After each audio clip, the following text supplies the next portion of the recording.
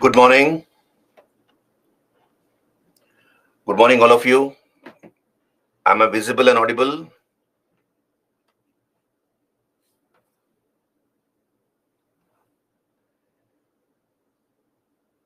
Good morning, Manish, Yasin, Dhwani, Sachin, Roshan. Visible and audible? Sana, Manpreet. Yeah, good. Let some more join in and then I'll begin. Tabassum, Yasin. Good morning, Kavi.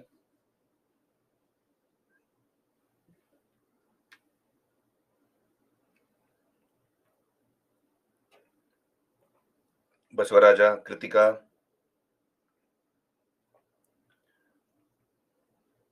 I'm fine, Sachin. Thank you. Roshan, Nancy.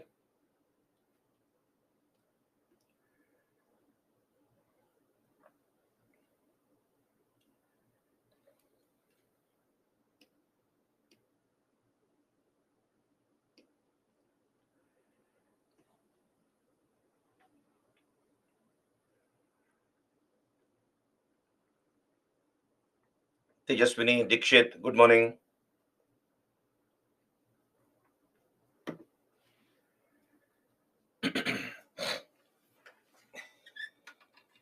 Muttu Pandian.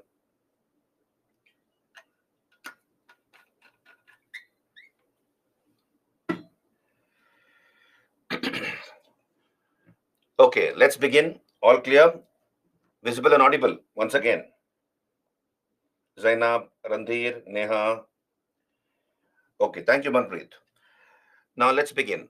Yesterday, I finished with the Vedic period, both the Rig Vedic period as well as the later Vedic period. We looked at the geographical knowledge of the early Aryans, the polity, society, economy, religion. And similarly, we looked at the geographical knowledge of later Vedic Aryans, the polity, society, economy, and religion of the later Vedic period. Now, towards the end of the later Vedic period, when we did the later Vedic polity, we saw that towards the end of the later Vedic period, we have small kingdoms coming into existence. As you all know, agriculture became the main occupation in the later Vedic period. And because of that reason, the concept of a territory comes into existence. So a surplus food was generated through agriculture. More mouths could be fed, and therefore population increased. And slowly, you have cities coming into existence, trade and commerce flourishing. And in the Indo-Gangetic basin, we have early cities like Hastinapur and Kaushami coming into existence. Now, by the end of the later Vedic period, that is by 6th century BC, by the 6th century BC, we notice the birth of 16 large kingdoms. 16 large kingdoms, they are called Shodasha Mahajanapadas. 16 in Sanskrit is called Shodasha. Shodasha is 16 in Sanskrit. Maha is large, as you can know, understand. Maha is large. And Janapada meant a territorial state, or a kingdom. Now, those who missed yesterday's class, I hope you have gone through the audio version of it, the recorded version of it, and things are clear to you. If you have any doubts, I'll clarify that later. But I have begun a new chapter. Let me stick to it, and later I'll ask you the doubts, and I'll try to clarify them regarding the chapter called Vedic period. Now, so we have in the 6th century BC the birth of 16 large kingdoms, that is Shodasha Mahajanapadas. And these kingdoms were established in north and central India. So Mahajanapadas were confined to north and central India. Out of these, now where do we get the list of these Mahajanapadas? I'll use a new page. Where do we get the list of these Mahajanapadas? Anguttara Nikaya. Anguttara Nikaya, a Buddhist textbook called Anguttara Nikaya, talks about the 16 large territorial states or kingdoms. Now, what are the highlights of this period? 6th century BC, what do we study in this period called, in this chapter called pre-Maurya period. The pre-Maurya period is also called the age of second urbanization. It is called the age of second urbanization. You all know the first urbanization was the Harappan civilization, when new cities for the first time came into existence in our history, like Harappa, Mohenjo-daro, Lothal, Kalibangan, etc. And after a gap of 1,000 years, so for various reasons, the Harappans abandoned their cities and went away to rural areas. So we did not have cities for 1,000 years. Now, after a gap of almost 1,000 years, again we come to have cities in our history. So cities again arose, and the capitals of the Mahajanapadas. I told you there were 16 kingdoms. And each of these kingdoms had their capitals. So the capitals of the Mahajanapadas became the main cities of this period. Like, for example, Rajagriha, Pataliputra, Ayodhya, Shravasti, Kaushambi, etc. So these were some of Ahichatra. So these were some of the important cities of this period. So the capitals of the Mahajanapadas became the principal cities of this period. So then out of the 16 states,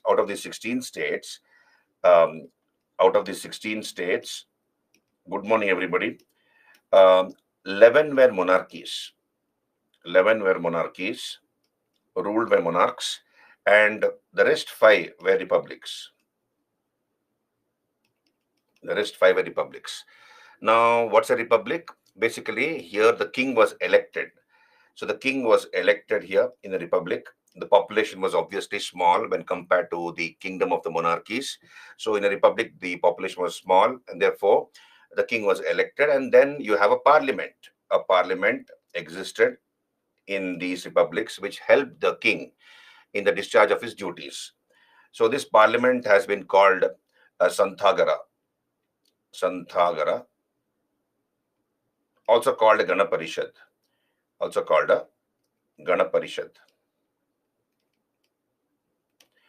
And republics could be consisting of one tribe.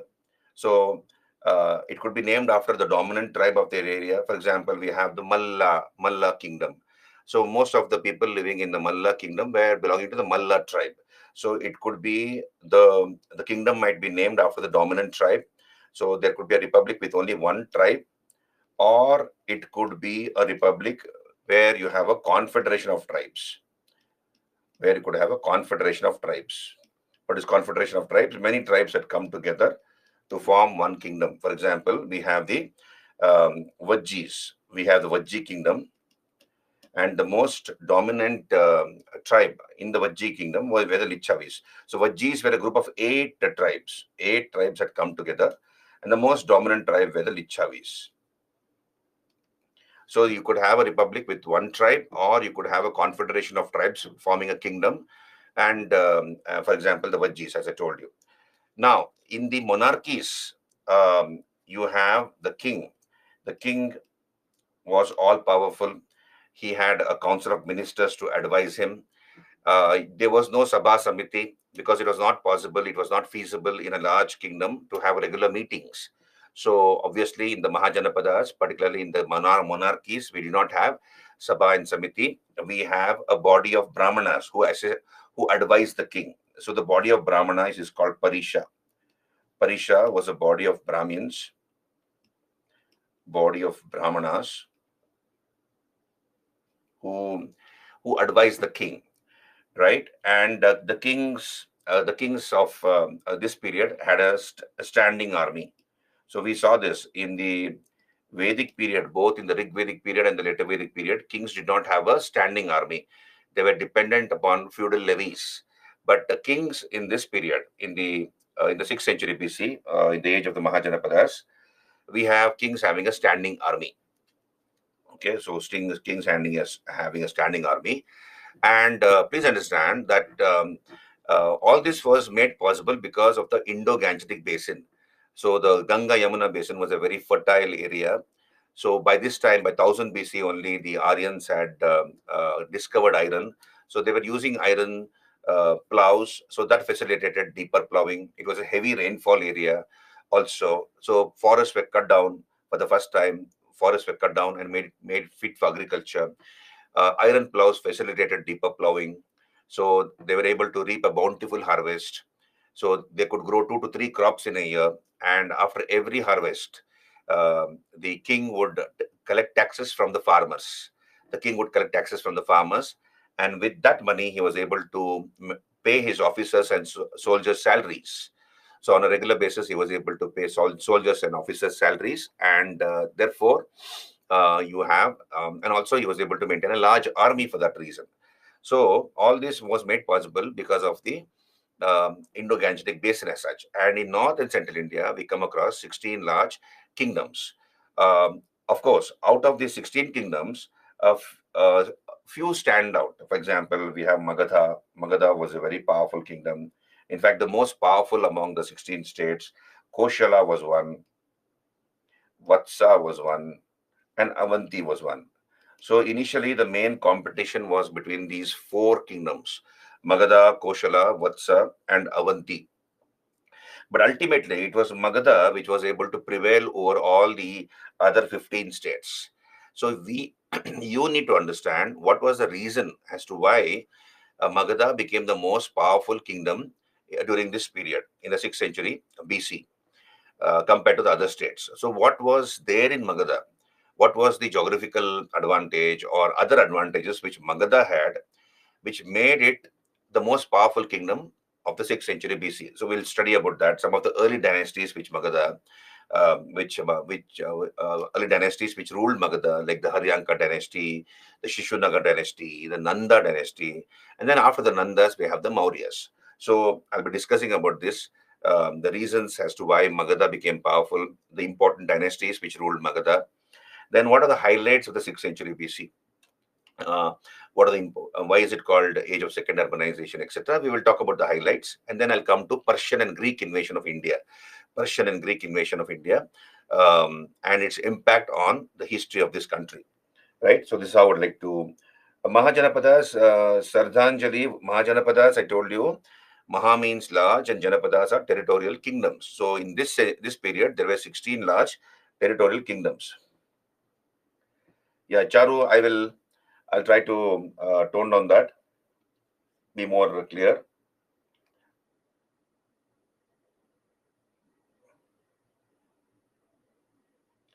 Yeah, Sham is saying in the Vedic age there were no standing army, but as per Mahabharata epic, which is written in Vedic period, there is a Kurukshetra war which involves lacks of standing army, which is true. Okay, Sham, very nice question. Now look here. Of course, Mahabharata is one of the epics belonging to the later Vedic period, but then it was not written in one go. Mahabharata, you have interpolations in the Mahabharata. See, you have interpolations. What is the meaning of interpolations? Stories have been added. These are called interpolations. Interpolations. So Vedavyas, when he wrote the Mahabharata, he did not write it at one go. Vedavyasa. Okay, you have stories being added. Initially, there were 12,000 verses. Then it became 24,000 verses. Then 50,000 verses, right? And then ultimately 1 lakh. 1 lakh verses, right? 1 lakh verses. So that is why it's called Shatashahasri Samhita. So stories have been added, and it covers the period from the 5th century BCE to roughly the 10th century AD. Okay, 10th century AD, the Mahabharata, the whole story of Mahabharata. So therefore, I have answered your question, right? Anguttara Nikaya is a Buddhist textbook, Dhyana. It's a Buddhist textbook, which gives us the list of the 16 large kingdoms, right? Now look here on your screen. So Mahajanapadas and the rise of Magadha. We'll come back here. So you have, which are these 16 states? So I'll be covering these topics. As I told you, I gave you an introduction just now. What are the reasons for the rise and growth of the Magadhan Empire? Causes for the expansion of Magadha, highlights of the period, nature of the state. So we'll be discussing about the republics as well as monarchies and the type of administration which existed in them, and of course, Persian and Greek invasion of India and its effects. Right. So, as I told you, you have iron implements used extensively from 1000 BC onwards, but then it aided in the cutting down of forests, clearing of forests, and that facilitated deeper plowing. So the kings were able to collect taxes from the farmers, because after every harvest, the king would collect taxes. More money would come into the treasury, with which he could maintain a large army, also pay his officers and soldiers salaries on a regular basis. So that enhanced the powers of the king, right? We have this Buddhist textbook called Anguttara Nikaya, which gives us the list of 16 large kingdoms or Shodosha Mahajanapadas. On your screen, if you see, I have put it in order. To the left of your screen, you see all the monarchies. There were 11 monarchies like Kashi, Koshala, Anga, Magadha, etc. And to the right of your screen, you see the republics. The 5 republics: Kuru, Panchala, Kamboja, Vajji, and Malla. So, as I told you, in a republic, the king was elected. The population was less population. And then you have a parliament in these republics. In each republic, there was a parliament which assisted the king in the discharge of his duties. And this parliament is called Ganaparishad or Santhagara. So we find republics mostly arising in the Indus Basin and in the foothills of the Himalayas. So republics arose in the Indus Basin and in the foothills of the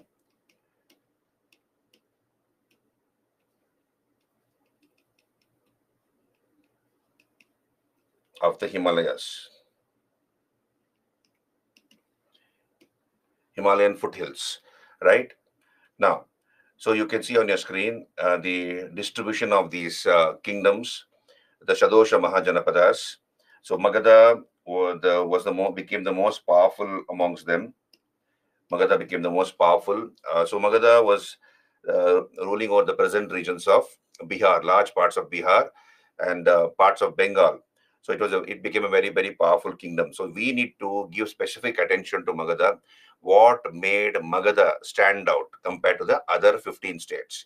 So what are the inherent advantages which Magadha had? And then, of course, the most serious rival of Magadha was Avanti. Avanti was the most serious rival of Magadha. So these are the 16 large territorial states. So on your screen, as you can see, everything is not important. I have made a chart for you. So just go through that. That should be sufficient. And then, of course, we'll discuss about Magadha. So here, Anga was the kingdom. It was a monarchy. What type of kingdom, what type of a government was there? It was a monarchy. And what was the capital of Anga? Champa. So remember the capitals of these kingdoms: Anga, Champa, and then I have given you the significance and the location of each of these kingdoms. So somewhere in Bihar, east of Magadha, Anga, captured by Bimbisar. So Bimbisar, one of the Magadhan kings of the Haryanka dynasty, conquered Anga. Then we have the Mallas, another kingdom called the Mallas. They were a republic. So here the king was elected in the Malla kingdom. And what was the capital? Kushinagara or Kushinara or Kushinagara and Pava. So Pavapuri. So these were the two capitals of the Mallas, somewhere in northeast Uttar Pradesh. Vajji, this was again a republic, and the capital was Vaishali. It was a confederacy of 8 clans. So I told you there could be a republic with one tribe, like for example, the Mallas, or there could be a republic where you have a confederation of tribes. So many tribes coming together and forming a kingdom. So among the Vajjis, the most important were the Lichavis. Lichavis. Lichavis were the most important of the tribes in the Vajjis. So this was north of the Ganga up to Nepal. Then Kashi was again a monarchy. Capital was Varanasi. And later Koshala conquered Kashi. Initially it was powerful, but Koshala kingdom later conquered Kashi as such. Then we have Magadha. Magadha, present regions of Bihar and parts of Bengal, Patna and Gaya districts. And of course, Magadha's capitals were Rajagriha or Girivraja. We'll come to that. We'll specifically deal with Magadha and Pataliputra. So this is a small topic. Pre-Maurya period is a small topic. So we can quickly finish this and go to the next chapter, Mauryan Empire. But then, let us first finish this. So Magadha capitals were Rajagriha or Girivraja, surrounded by hills. Giri means hills. Giri is hill. Giri means hill. So this was the early capital of Magadha, which was surrounded by hills on all directions. And later the capital was shifted to Pataliputra, your present-day Patna, the capital of Bihar. So this was a monarchy, Magadha. Then we have Koshala, which was again a monarchy. Koshala conquered the Sakyas of Kapilavastu. So Lord Buddha belonged to the Sakya clan. When I do art and culture, I'll be discussing Buddhism, Jainism, etc. So you will come to know that Buddha belonged to the Sakya clan, and therefore Buddha is called Sakya Muni. Sakya Muni. So Koshala kingdom later conquered the Sakyas of Kapilavastu. It was a monarchy. Capital was Shravasti. Ayodhya was an important city in the kingdom of Koshala. Ayodhya was an important city in the kingdom of Koshala, and Ayodhya was called Saketa. Ayodhya during those days was called Saketa. So Ayodhya is in the news because of the temple, of course. But then try to find out the historical importance of Ayodhya. There could be a question in the examination. Okay, what was the importance of Ayodhya in the ancient times, medieval times, etc. So, so Ayodhya was called Saketa in ancient times. Right. Then we have Vatsa. Vatsa capital was Kaushambi. It was a monarchy ruled by a branch of the Kuru clan, and this was in UP again. Then Avanti, the most serious rival to Magadha was Avanti. Capitals were Mahishmati and Ujjain. Mahishmati and Ujjain. It was in Madhya Pradesh, present day Madhya Pradesh, and it was a monarchy. Gandhara in northwest India, Gandhara. The capital was Takshashila, which is now in Pakistan, Takshashila. So it was a monarchy, right? Shaurasena was a monarchy. Capital was Mathura. Similarly, Matsya, Viratnagara was the capital. Matsya was in Rajasthan. Then Chedi, monarchy, capital was Suktimati, and Shishupala was a famous king of Chedi, who was a sworn enemy of Krishna, supposedly. So Chedi was a kingdom in Madhya Pradesh. So these are the important kingdoms which existed in the 6th century BC, and among them, Magadha becomes the most powerful, right? Magadha becomes the most powerful. Now let us talk about the reasons as to why Magadha becomes powerful. So you have the natural transition as regards the strength of Magadha. We have the early dynasties which ruled Magadha, like the Haryanka dynasty, the Nanda dynasty, the Shishunaga dynasty, the Nanda dynasty, and finally the Magadha dynasty. So we'll talk about it. So dynasties which ruled Magadha, these are the dynasties on your screen: Haryanka dynasty, Shishunaga dynasty, Nanda, and Mauryas. So with this factual information, I can go fast. So just hear up. So let us look at the reasons for the rise of Magadha. First of all, let me talk to you about the important kings and the dynasties which they belong to. First of all, Magadha's first dynasty was the Haryanka dynasty. First important dynasty, Haryanka dynasty. Haryanka.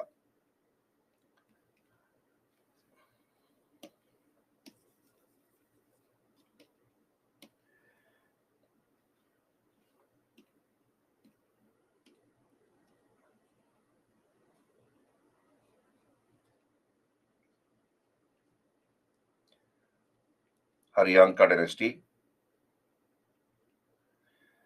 And the first important king was Bimbisar.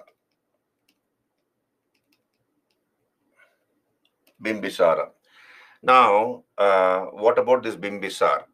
So Bimbisar made Rajagriha his capital. He made Rajagriha. Just hold on. So he makes Rajagriha his capital.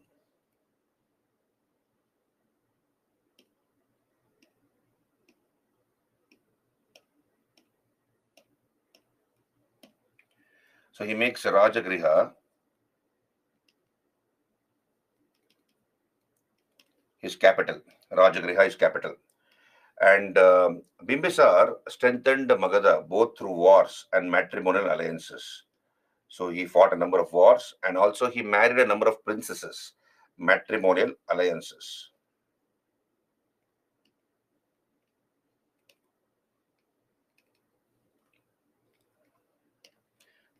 Just hold on.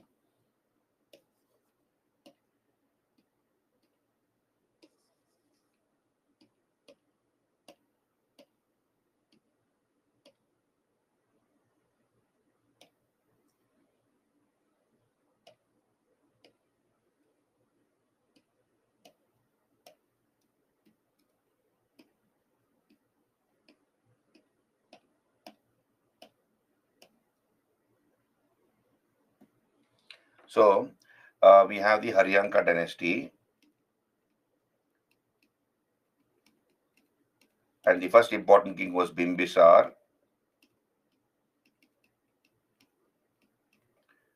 and he made Rajagriha his capital. So Rajagriha was his capital. Now, Bimbisar made Magadha powerful both through wars. So he was a great warrior, I believe, and also through matrimonial alliances. That is, he would marry many princesses of various kingdoms. So that is called matrimonial alliances.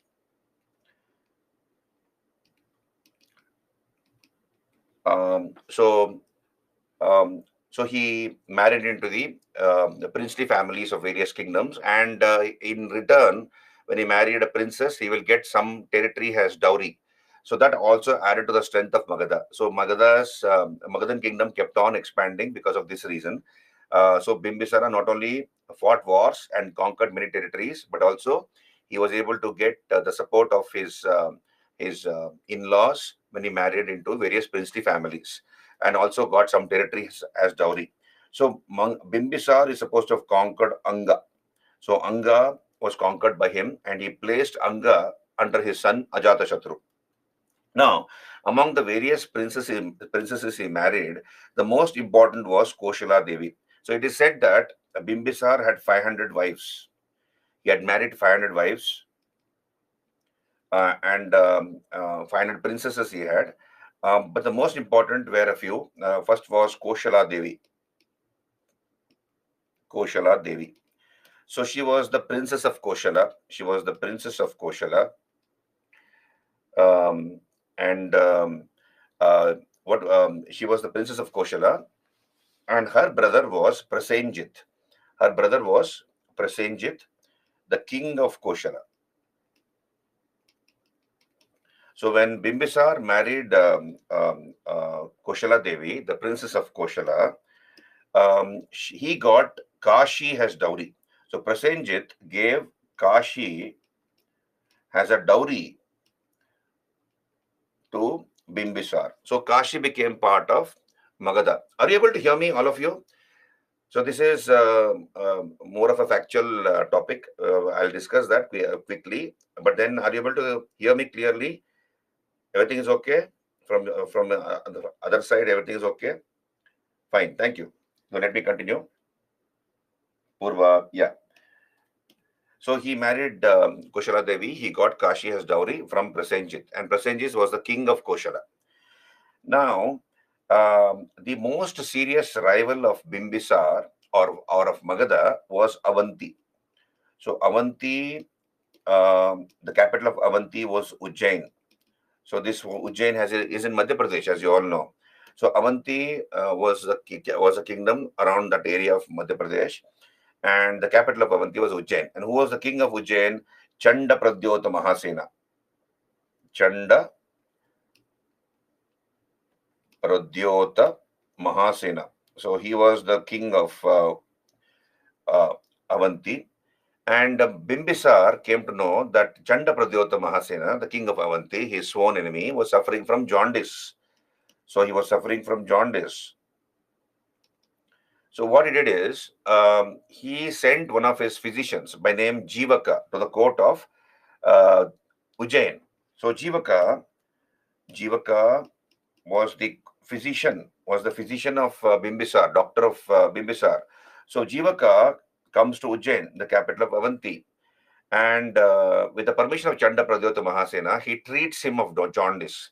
So uh, Jivaka administers some medicines to Chanda Pradyota Mahasena, and Chanda Pradyota Mahasena was cured of his jaundice.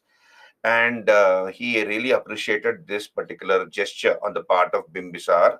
And Chanda Pradyota Mahasena and Bimbisar became friends. So, in other words, he uses medical diplomacy. Bimbisar used medical diplomacy to mend his relations with Avanti, to improve his relations with Avanti. Right? Now, Bimbisar was killed by his own son, Ajatashatru. Ajatashatru is supposed to have killed his father, Bimbisar. Now, who was Ajatashatru? Ajatashatru was the son of Bimbisar and Koshala Devi. He was the son of Bimbisar and Koshala Devi. So he was the son born to Bimbisar and Koshala Devi, and Ajatashatru killed Bimbisar and snatched away the throne. That resulted in Ajatashatru's uncle, that is Prasenjit, Koshala Devi's brother, taking back Kashi from Magadha. So he took back Kashi from Magadha because Uncle Prasenjit became very angry with his nephew, Ajatashatru. Right? So the next ruler to come to power was Ajatashatru. Now, Ajatashatru, he came to power after committing what is known as patricide. What is patricide? Killing one's father and coming to power. Killing one's father and coming to power, that's called patricide. So he committed patricide and came to power, and his mother had become a widow because of him. And Uncle Prasenjit had taken back Kashi, right? Now, this angered Ajatashatru. So what he did is, he declared war against his uncle. So Magadha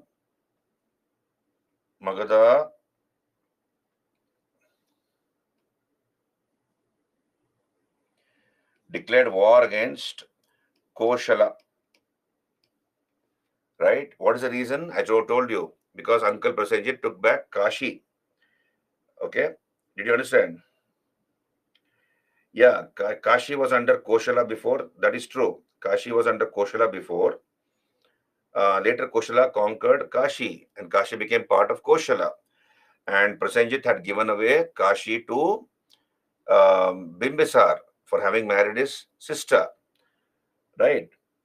Now, look here. So here, Magadha declared war against Koshala.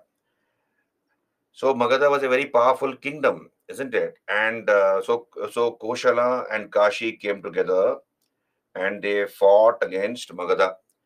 And this particular war is supposed to have lasted for 16 years. 16 years it lasted, I believe.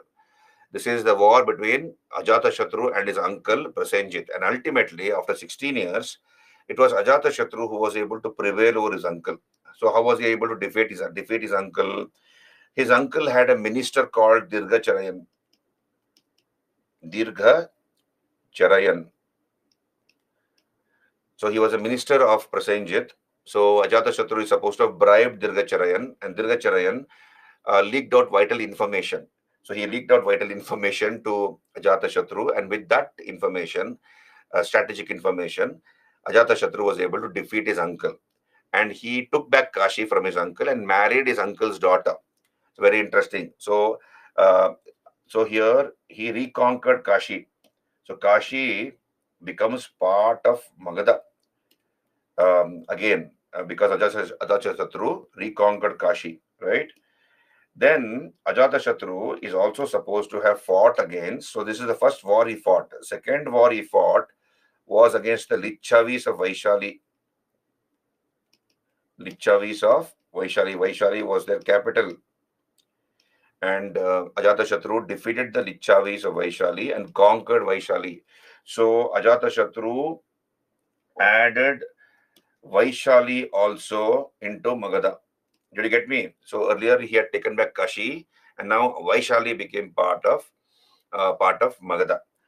Now, what is the reason as to the success of Ajatashatru? What made him successful? I believe he used two new war weapons.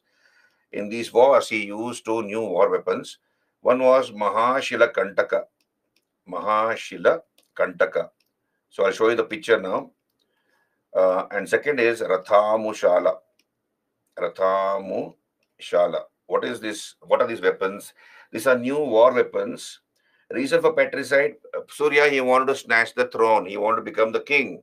He did not want his father. He did not want to wait for his father to die or to become old. He wanted the throne for himself quickly. So he killed his father and he snatched the throne.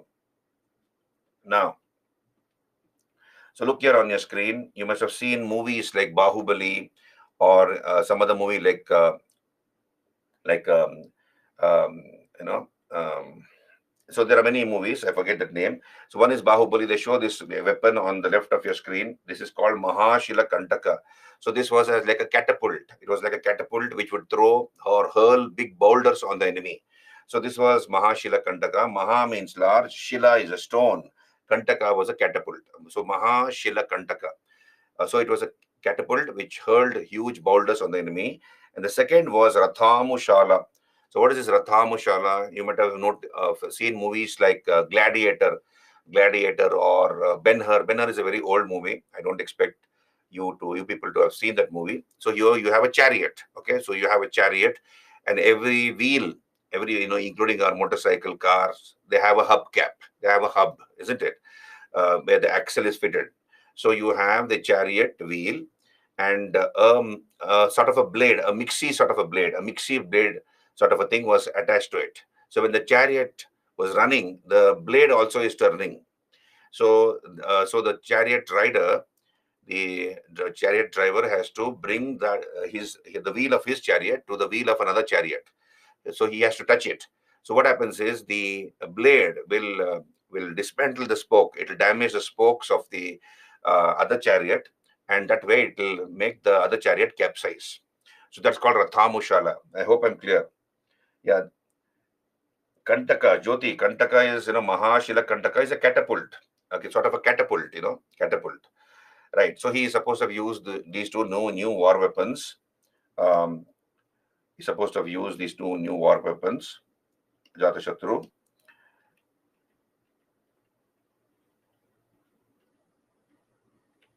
So wait, where was that page? Yeah, it's here. So I was searching for this page. So here we have two new war weapons used by Ajatashatru. One was Mahashila Kantaka and the other is Rathamushala. Now Ajatashatru was killed by his own son. Okay, so his own son is also supposed to have committed patricide and his name was Udayan. So the third king was Udayan. So Ajatashatru was succeeded by Udayan. So I'll use another page. So the third king was Udayan. And Udayan is the person who is supposed to have founded Patliputra. This was a UPSC question asked in one of the prelims. Founded Patliputra. The son of Ajatashatru, Udayan, founded Patliputra. So I stand corrected. Udayan did not kill Ajatashatru. Ajatashatru was succeeded by Udayan. So I stand corrected here. Ajatashatru was succeeded by his son Udayan. And Udayan founded Patliputra. Patliputra was at the confluence of the Ganga, Gandak, and the Sone. And a little further away, you have the Ghagra. So he founded the city of Patliputra, Udayan, right? And he made Patliputra his capital. So Patliputra becomes the capital of Magadha under Udayan. So he shifted the capital from Rajagriha to Patliputra. Bimbisar, Ajatashatru functioned from Rajagriha. Udayan made Patliputra his capital after founding it. Now, after Udayan, we are told that three more kings committed patricide. After Udayan, three more kings committed patricide. So they would kill their fathers and they would usurp the throne. So during this period, when the princes were killing their fathers and usurping the throne and becoming the next king, we have a minister called Shishunaga who was running the affairs of the kingdom. So Shishunaga was running the affairs of the kingdom. He was a minister and he was running the affairs of the kingdom of Magadha. So people of Magadha thought he is the right person to rule over us. So they elected Shishunaga as their king. So they elected Shishunaga as their king because the people of Magadha were fed up with the princes killing their own fathers and snatching the throne for themselves. And this was going on in every generation. So therefore, they elected Shishunaga, one of their ministers, as their king, and thus we have the end of the Haryanka dynasty and the beginning of the Shishunaga dynasty. Okay, so the next to come to power were the Shishunagas. This was the second dynasty which ruled Magadha, second important dynasty, Shishunaga. Shishunaga dynasty. So we are told that there were 12 kings. Totally, there were 12 kings who totally ruled for 70 years. The founder was, of course, Shishunaga. The founder was, of course, Shishunaga. And Shishunaga shifted the capital to Vaishali. So Vaishali became the capital of Magadha under Shishunaga. Okay, so he felt Vaishali is a better place to be the capital instead of Pataliputra. So Shishunaga shifted the capital to Vaishali. But then we have the successor of Shishunaga, Kal Ashoka. Kal Ashoka, also called Kakavarnin. Kakavarnin. So this Kal Ashoka or Kakavarnin shifted the capital back to Pataliputra. So reshifted the capital back to Pataliputra.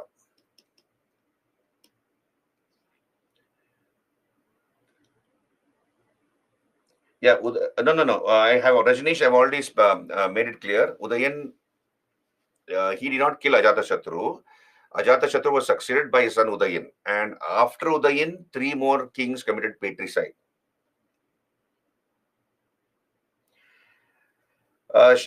Sham, I told you, the circumstances are that princes were killing their own fathers and becoming kings. So the people of Magadha were fed up with this.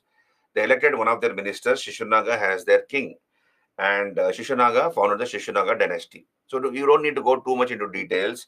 These are very small kingdoms, insignificant, not very important. Just remember the main aspects, main heroes of these kingdoms.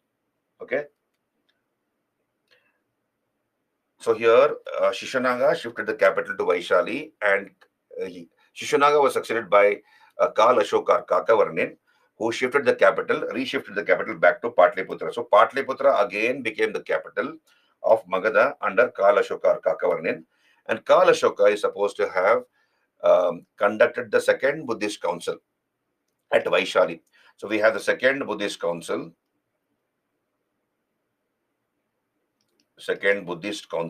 Which took place at Vaishali.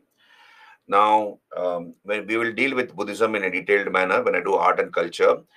4 councils or meetings took place after the death of the Buddha. As first council at Rajagriha, second council at Vaishali, third at Patliputra, 4 at Srinagar in Kashmir. So like that. Now, in the second council took place at Vaishali, and the king who conducted this council was Kal Ashoka or Kakavarnin of the Shishunaga dynasty. Right now, so this is about the Shishunagas, and of course, Shishunagas are supposed to have conquered Avanti. So Avanti was conquered by Shishunagas. Avanti became part of Magadha, right? So Shishunagas conquered Avanti. Now Shishunagas were succeeded by another dynasty, that is the Nanda dynasty. So the Nandas succeeded the Shishunagas. So the next dynasty are the Nandas. I'll use another page.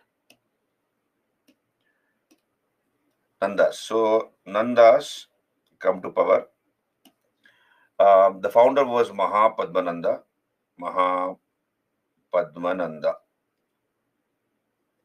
He was the founder of the Nanda dynasty.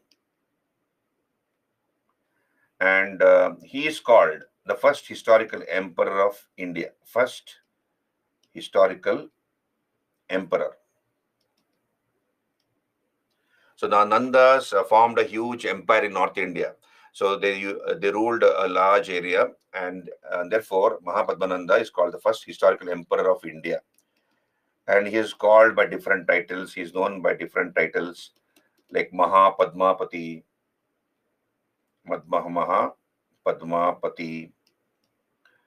second Parashurama,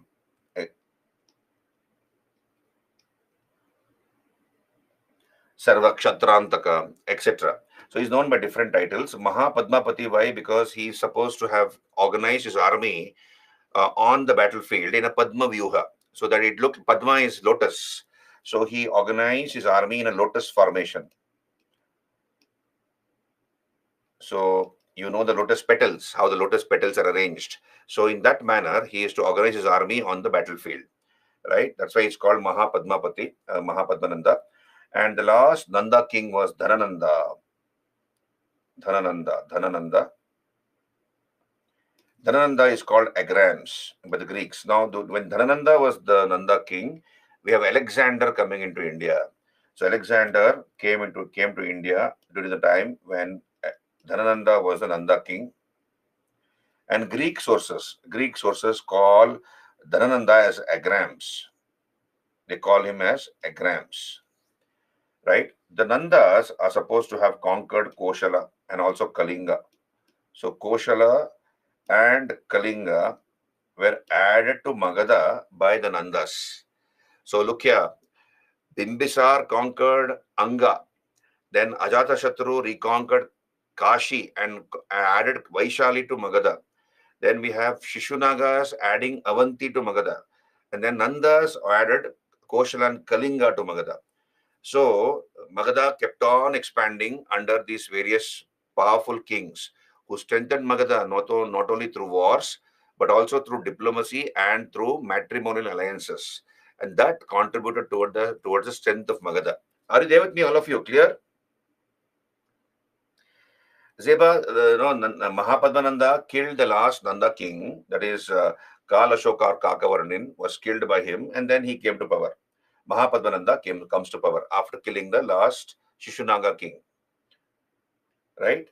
So I have put a chart here. You can go through this. See this? I have given all the details here in the PPTs. Go through it. If you have any doubts, come back and ask me. Right? So Bimbisar, he married Koshala Devi and he got Kashi as dowry, and later he killed his father, and that resulted in his mama, that is uncle, taking back Kashi from Magadha, and that resulted in Ajatashatru fighting against his uncle. So we have seen this, right? So Ajatashatru killed his father, committed patricide, defeated his uncle Prasenjit, and married his uncle's daughter, right? And then I told you, he conquered Vaishali after defeating the Lichavis, and he reconquered Kashi after defeating his uncle.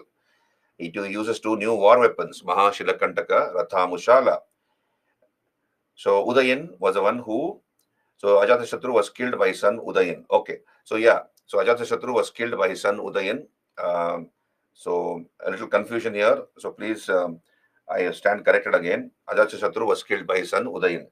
So Udayan committed patricide. So Ajatashatru was paid back in the same coin. So Udayan committed patricide and he snatched the throne, and Udayan came to power and he founded Patliputra, right?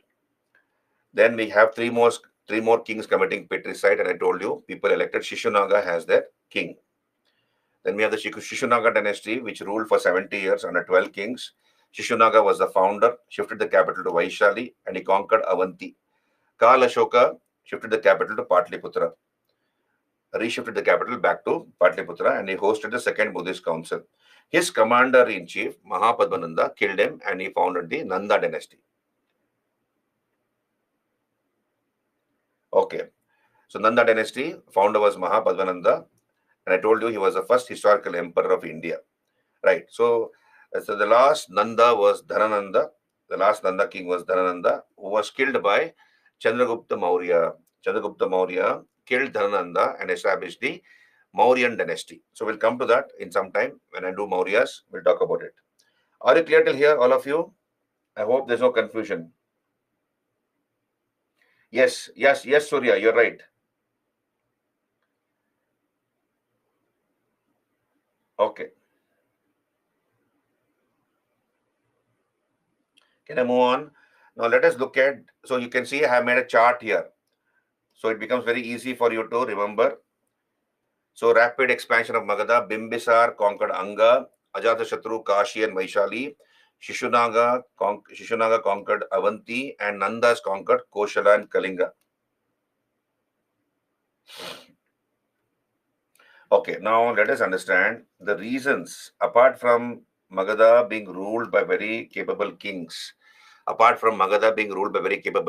what were the other reasons which made Magadha very, very powerful? Number one, you see, Magadha had. So, what are the reasons for the growth of Magadha or the Magadha becoming powerful? Magadha becoming powerful. What are the reasons? Number one is the strategic location of its capitals.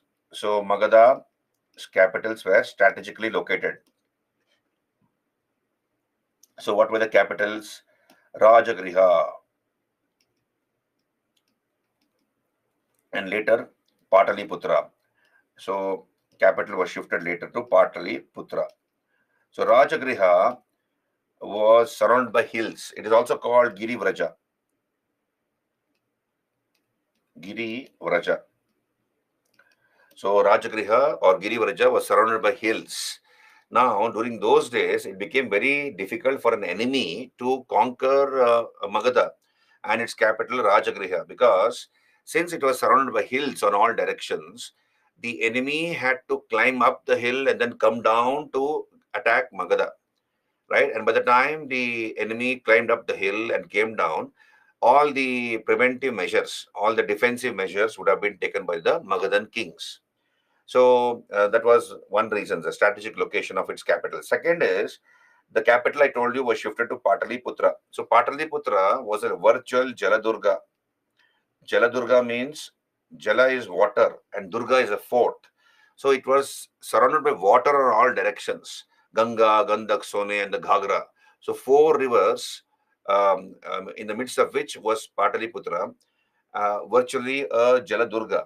So during those days, it became very difficult for an enemy to attack Pataliputra because it was surrounded by water on all directions.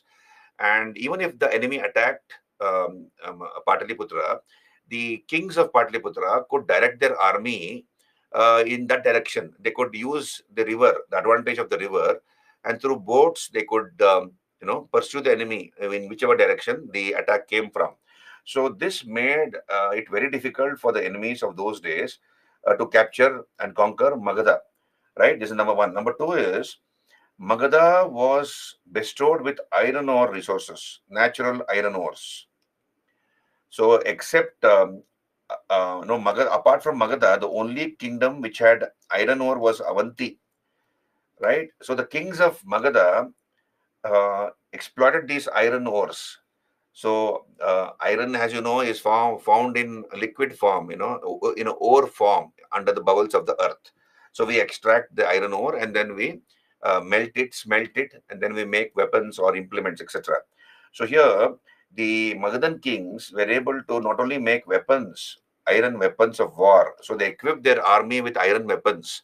They also covered their elephants with iron armor, right? So it gave an edge to the Magadhan army in wars during those days.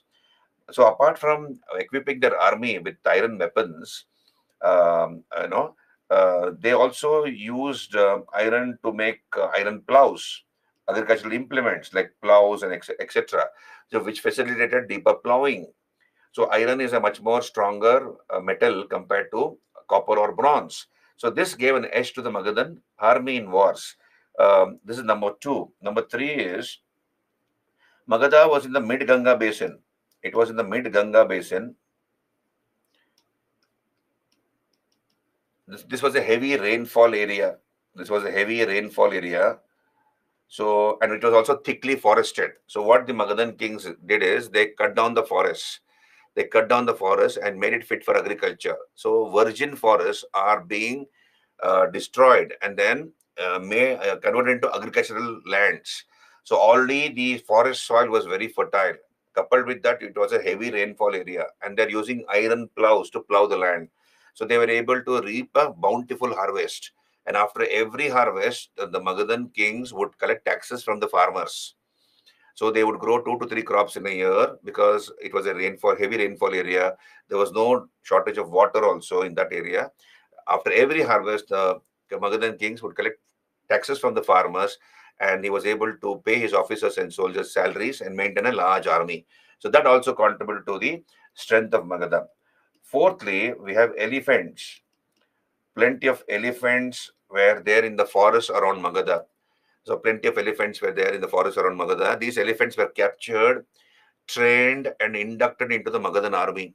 And an elephant is a very powerful animal, as you all know, 10 to 15 tons in weight. It was like the tank of those days. So it could wade through marshy terrain easily. In the forest areas, it could easily go. And then also to pull down fort walls or break down the doors of forts, etc. It was used. So it gave an edge to the Magadhan army, and they had a huge elephant corps, right? So that was another reason. Fifthly, we have the trade routes to the northeast. So if this is the map of India, don't take my map seriously. I'm not good at drawing maps. So look here. If here you have the trade routes to the northeast. These are the trade routes to the northeast passing through Magadha. So Magadha was here, and the trade routes to the northeast passed through Magadha. So the Magadhan kings would collect custom duties. They would collect custom duties, customs, tolls from the merchants and traders. That added to the strength of Magadha. More money would come into the treasury. Apart from collecting land revenue, the Magadhan kings would also collect custom duties from the merchants and traders.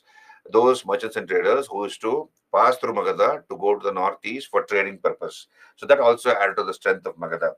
And lastly, of course, we have very capable kings. So trade routes, I told you. Then we have very capable kings who ruled Magadha one after another: Bimbisar, Ajatashatru, Mahapadmananda, Shishunagas, Mahapadmananda, etc. So they kept on expanding Magadha and the and the strength of Magadha, both through wars, through diplomacy, and matrimonial alliances. And lastly, we have the many tribes who came to be Aryanized. So, what is the meaning of this? Understand this. Many tribes came to be Aryanized. Now, I told you forests were cut down to make it fit for agriculture. Magadha was expanding, her population was expanding. So you require more agricultural lands to feed the growing population. So when you cut down the forest, what will happen? Who are the people living in the forest? Tribes are living in the forest. So obviously, when forests were occupied, large expanse of forests were occupied, you have many tribes who came in touch with civilization, right? They were living in the forest, and these tribes came into touch with civilization, and many of them converted themselves to Vedic religion, and that is called Aryanized. They became Aryanized. They began to follow the Aryan way of life, including the Vedic religion, etc.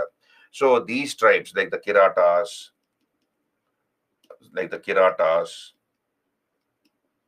Magadhas, were very enthusiastic to show their loyalty to Magadha. So they joined the Mauryan government in various capacities, and they were also responsible for adding to the strength of Magadha. So all these reasons contributed towards the strength of Magadha. And please understand, whoever ruled from Patliputra was considered to be the most powerful ruler of North and Central India. And this position of Patliputra was intact till the 7th century AD. Till about 750 AD, till about 7th century, 750 AD, Patliputra was the most precious city, coveted city in North and Central India. Whoever ruled from Patliputra was considered to be the most powerful ruler of North and Central India.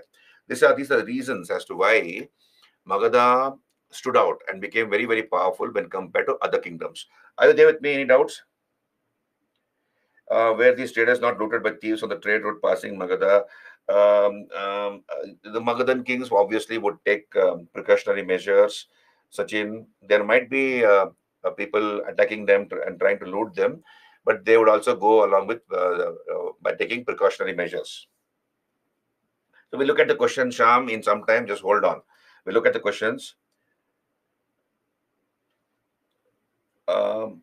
Who killed Kal Ashoka or Kakavarnin?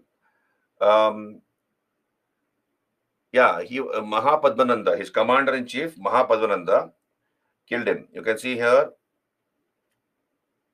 Kal Ashoka, his commander-in-chief, Mahapadmananda. Sakshi.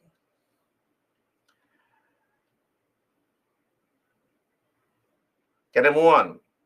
So we have discussed the reasons as to why Magadha became powerful. Then let me come to the highlights of this period. What are the highlights of this period? What are the highlights of the 6th century BC? 6th century BC highlights. Number one,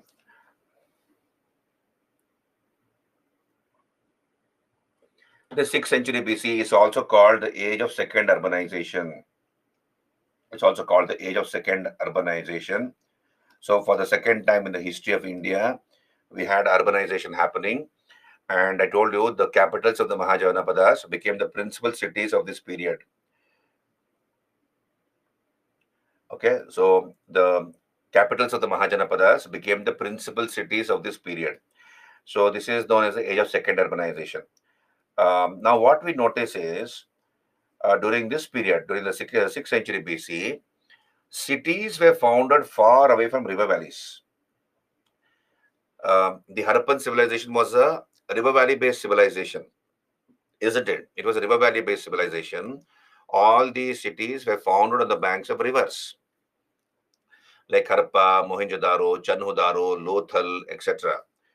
Now, in the second urbanization in the 6th century BC, what we notice is cities were founded far away from river valleys. Not necessarily, not necessary that the city has to be founded on the bank of a river. It could be founded even far away from a river valley, as far as 200 to 300 kilometers away. Now, how did it happen? Because of the development of ring wells. So, ring wells aided in the founding of cities far away from river valleys. Now, what's a ring well? Look here on your screen. So, let us say this is a well. Okay, they have struck water here. They have struck water. This is the water. So, they have struck water. So, what do? They have dug up a well. They have struck water. So, what they do is they'll start arranging rings like this. Okay, concentric rings like this. They'll start arranging like this. These were made of terracotta clay.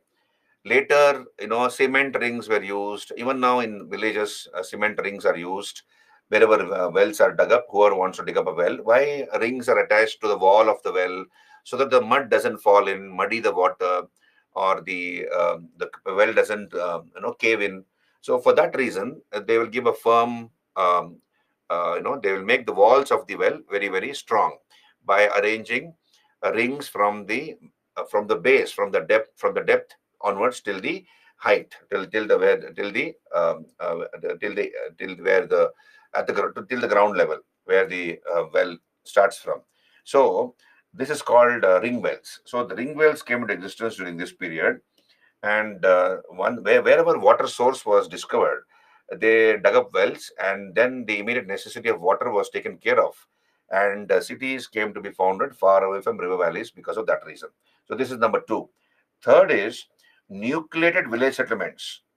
Nucleated village settlements with houses on one side and farms on the other came into existence for the first time during this period. Nucleated village settlements with houses on one side, and farms on the other came into existence during this period. Now look here on your screen. So imagine this is a village. This is the boundary of a village.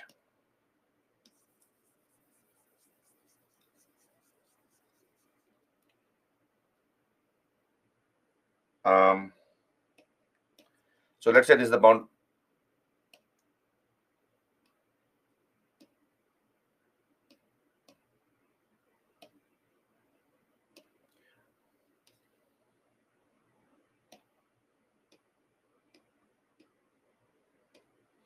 So let's say this is the boundary of a village. Okay. Now what do we notice nowadays? We have people living in one part of the village. So you have houses here. You have houses here. These are the houses. So people are living in one part of the village. So these are the houses, and these are the farms. These are the farms. Okay, a rich farmer or a zamindar or landlord might have his own house on his farm, but those are exceptions than the rule. Generally, In a village, people are living in one part of the village, and we have farms on the other end, other side of the village. So these are called nucleated village settlements with houses on one side and farms on the other. Such village layouts came into existence for the first time in our history during this period. This is number third. Number fourth is um, um, punch marked silver and copper coins. Punch marked silver and copper coins became the mode of exchange. Now, what was the mode of exchange in the Vedic period? We see in the Rig Vedic period, Nishka, Hiranyapindas, Manas. Then in the later Vedic period, Suvarna, Shatamana, Suvarna, Pada. These were the gold ornaments of fixed weight and value. They did not denote coins. So during the 6th century BC, in the pre-Maurya period, we see punch-marked silver and copper coins. And what is the meaning of punch-marked silver and copper coins? We have coins being minted, and they were punched with certain symbols of peacock, hill, crescent. So these were embossed. The coins were embossed or punched with these signs. They are called punch marked silver and copper coins. So these became the mode of exchange. These are the earliest example of surviving coinage in India. These are the earliest example of surviving coinage in India. Punch marked silver and copper coins. And the distinctive pottery of this period is called Northern Black Polished Ware. Northern Black Polished Ware. This is the distinctive pottery of this period, NBPW in short. So the Rigvedic, so in the Harappan period, what was the pottery called? Black on red ware, isn't it? Harappan pottery is called black on red ware. The Vedic period pottery, the distinctive pottery is painted grey ware, PGW. And in the pre-Maurya period, the distinctive pottery is called NBPW, Northern Black Polished Ware. So these are pretty much the highlights of this period. Called the age of second urbanization. For after a period of 1,000 years, we have urbanization happening. For the second time in the history of India, the capitals of the Mahajanapadas became the principal cities of this period. That is number one. Number two, cities were founded far away from river valleys, and that was made possible because of the development of ring wells. Thirdly, nucleated village settlements with houses on one side and farms on the other came into existence for the first time in our history during this period. Fourthly, punch-marked silver and copper coins became the mode of exchange with symbols of peacock, hill, crescent. These are the earliest example of coinage in India. And fifthly, this is northern black polish ware is the distinctive pottery of this period. Are you there with me? PGW, painted grey ware. Zeba, how ring well purified water from mud. When you put a ring, a terracotta ring, no mud will fall into the well. From the walls of the well, mud can fall, isn't it? And that way muddy the water or dirty the water. So the purpose of putting the ring around the wall of the well is to prevent it from getting dirty. So you can see here, this is the picture on your screen. Zeba, look at the picture on your screen. So these are pictures of ring wells. Obviously, so they have excavated the ring wells, but it has got covered with mud, and those are the rings you can see. So that prevented the water from getting dirty. So please go through the PPTs once. My humble request to all of you is the purpose of we sharing the PPTs is for the students to go through the PPTs once.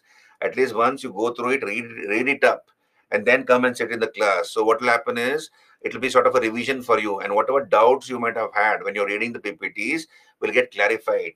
So instead of listening for the first time, you go through the PPTs once, and whatever makes sense to you, that is great. What doesn't make sense, you can ask doubts in the class. So that becomes a revision for you. Yeah, how a northern black polish ware was made? Yeah, it was made with pots. With help of the wheel. It was made on the wheel, obviously, Zeba, and it was fired. It was fired in the kiln, and it was painted and polished, right? We don't get PPT before class. Okay. I did not know that. So anyway, I'll ask them whether that could be shared along with before the class. We'll ask that. So let me move on. So you can see here, this is called second urbanization, age of second urbanization. Then ring wells came into existence. Capitals of the Mahajanapadas became the principal cities of this period. Then use of metal money, punch mark coins, and these are the symbols on the coins. You can see the symbols on the coins: peacock, hill, crescent. So these are punch mark silver and copper coins. They became the mode of exchange. Nucleated village settlements came into existence. Transplantation of paddy, I forgot to mention this. Transplantation of paddy was practiced for the first time during this period. Now, what is paddy transplantation? You can see on your screen. So you have how is rice grown or paddy grown nowadays? So you have a small plot of field, and this is the main field on your screen.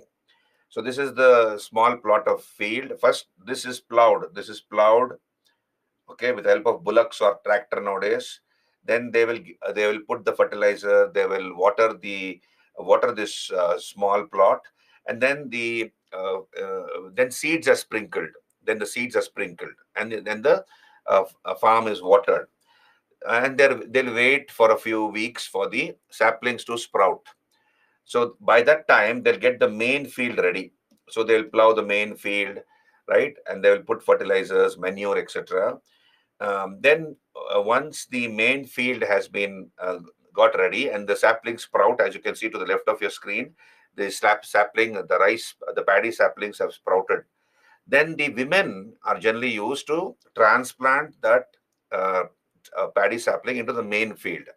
This is called paddy transplantation. Now, please understand, if paddy is cultivated like this, it will give more yield. Harappans did not know about paddy transplantation. They used to make a cursory digging with the help of sticks, and they used to sprinkle the seeds, right? But then if you cultivate paddy like this through paddy transplantation, it is supposed to increase the yield. And even now, paddy is cultivated like this. So paddy transplantation happened for the first time in our history during the pre-Maurya period. And of course, the distinctive pottery of this period is called Northern Black Polished Ware, NBPW, right? Now, regarding the nature of the state, I have told you in the beginning, we have monarchy and a republic. Monarchy was there and a republic was there. There were 11 monarchies and 5 republics. So the king was all powerful in a monarchy, whereas in a republic, the king was elected. The king was elected in a republic. You have a parliament which assisted the king in the discharge of his duties, and the parliament is called Santhagara. Santhagara. It's also called a Gana Parishad. So, Gana Parishad. So, the parliament assisted the king in the discharge of his duties, whereas the king was assisted by a Parisha here. Parisha is a small group of Brahmins, a small group of Brahmins.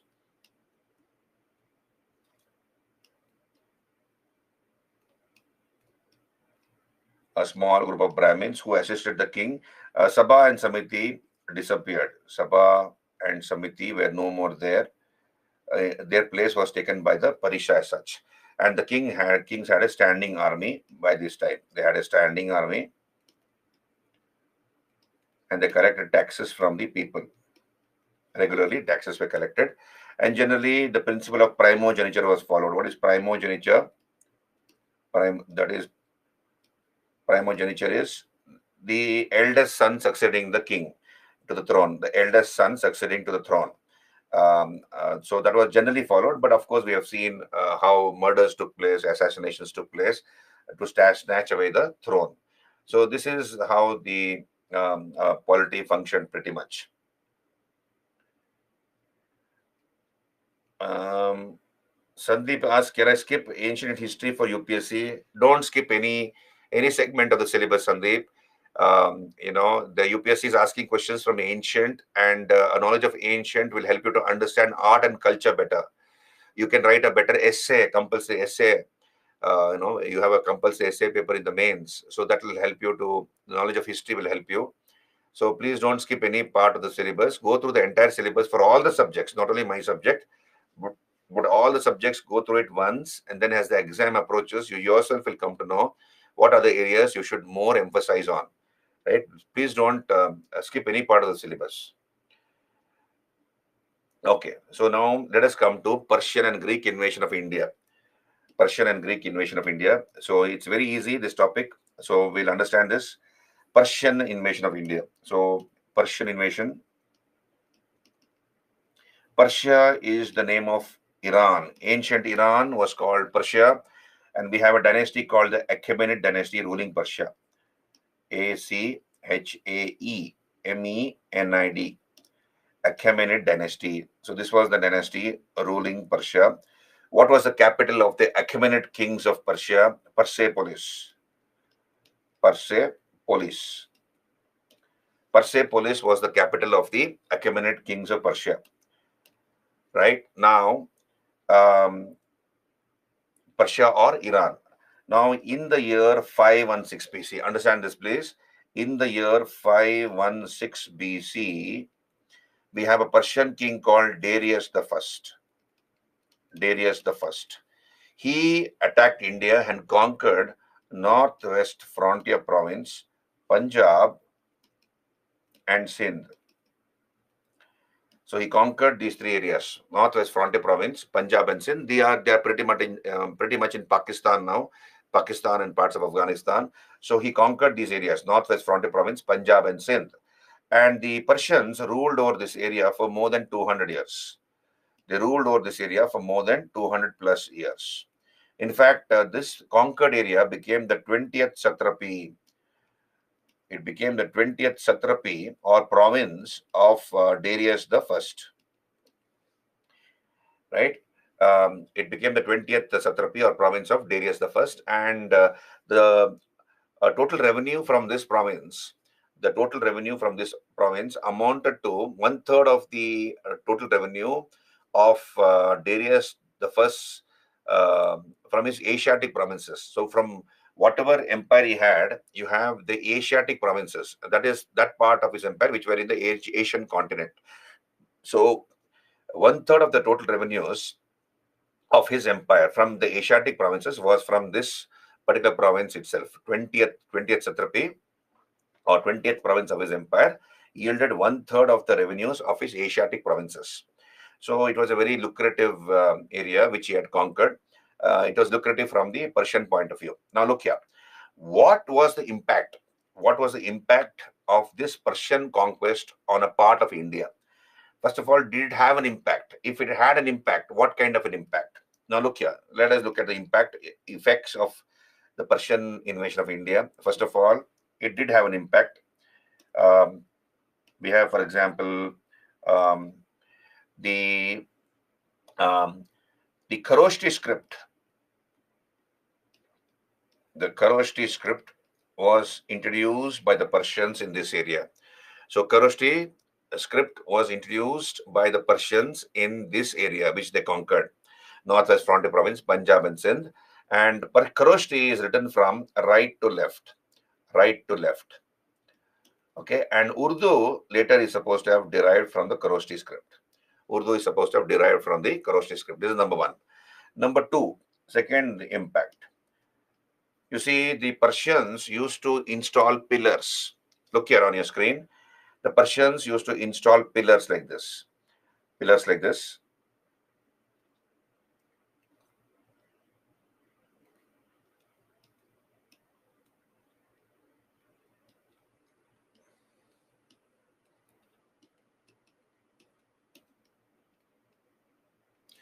Okay, so these are the grooves.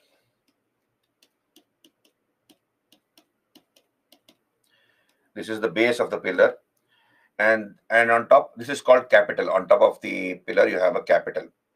So on top, so such pillars were made of stone. So they are stone pillars. Please understand, they were stone pillars. And on top of their capitals, they used to depict humans, animals, or composite creatures. Composite creatures. Now, what is the meaning of composite creatures? A mixture of mixed creature. For example, there could be a horse with wings. So it's an imaginary animal. A galloping horse is shown with wings, as if the horse is flying. Then you could have a figure of the sculpture of a lion, a crouching lion. So the lion is in a crouching position, sitting in a crouching position, but it has the face of a man. The lion has the face of a man, but the body is that of a lion, and it is sitting in a crouching position. So these are called composite creatures. So here the Persian pillar had a foundation or a base. This was generally under the ground. Okay, the base was under the ground, and they used to polish their pillars, which shine like mirrors. They're made of stone, but they used to polish their pillars. Now, please understand, the Mauryas borrowed the idea of using stone in architecture from the Persians. This is the greatest impact the Persian conquest of India, the Persian conquest of a part of India had on India's history and culture. The Mauryans borrowed the idea of using stone from the Persians. Now look at the pillar of Ashoka. If I draw a pillar of Ashoka, how does it look like? So you can see here, we'll discuss this when I do art and culture, architecture. So you have Ashokan pillar. It doesn't have a foundation. It is slightly tapering towards the top like this. This has an inverted lotus. This is called a Persepolitan bell. So this is a design concept copied from the Persian. This is called Persepolitan bell. Persepolitan bell, or also called inverted lotus. Inverted lotus. Right? Now, then this is the Dharma Chakra of Ashoka, consisting of 24 spokes. This area is called abacus. So you have some animals shown around the pillar, around the abacus. This is called the abacus. Abacus. So what are the animals around? So it is round in shape, the Ashokan pillar. Therefore, you have four chakras, four Ashokan wheels or chakras in the four directions. And in between two chakras, we have these animals. Elephant is there, bull is there, horse is there, and lion is there. So elephant, bull, lion, and horse between two chakras, right? So four animals are shown and four chakras, right? That is called abacus. And on top of the wheel, you have either one lion or four lions, as at Sanchi and Sarnath.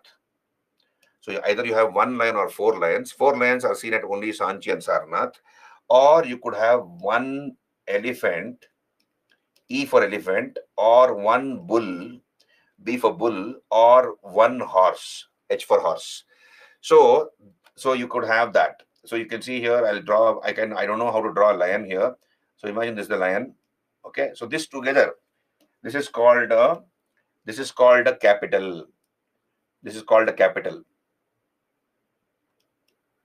So Ashokan capital consists of the Persepolitan bell, the abacus, and the animal on top of the abacus. It could be one or four lions, or one elephant, one horse, or one bull, together known as capital. And this is called shaft or column. Shaft or column. And whatever Ashoka wanted to convey to his people, he got it inscribed here on top of his pillars. Right? Now, and the Mauryas also used to polish their pillars, which shine like mirrors. So the Sarnath lion capital has been borrowed as our national emblem. It is also the Dharma Chakra of Ashoka is there on our national flag. So, and the Mauryas also used to polish their pillars like the Persians used to do. So historians believe that the main impact is seen in the Mauryan architecture, where the Mauryas borrowed the idea of stone from the Persians, and they also began to install pillars. But we will discuss this aspect in a detailed manner when I do art and culture.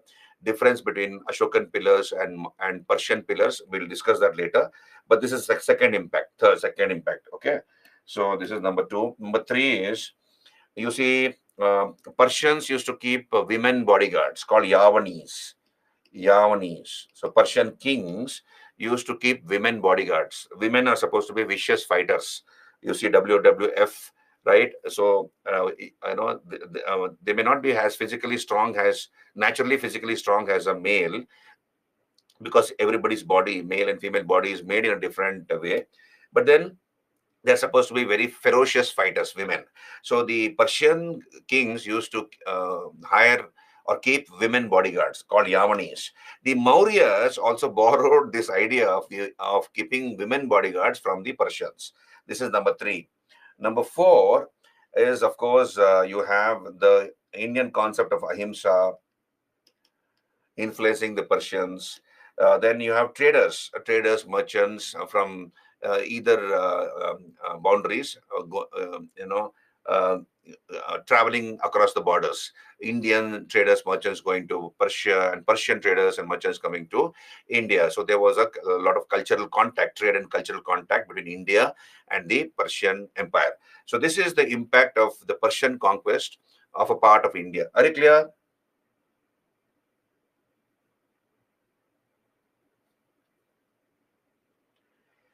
Yeah, Musarraf, that is there. You have similar animals depicted even in Egyptian sculptures. That is right. But then directly it is related to the Persian sculptures here, right? Sandeep, yeah, and Sandeep is asking how to make notes. I told you in the beginning of my session, Sandeep, um, you follow my class. So because I have given you elaborate notes in the PPTs, it is more like notes only. So you just go through those notes. You make points from there if you want to attend the class, and then you read one textbook. One textbook you read, that is R.S. Sharma for ancient, Satish Chandra for medieval.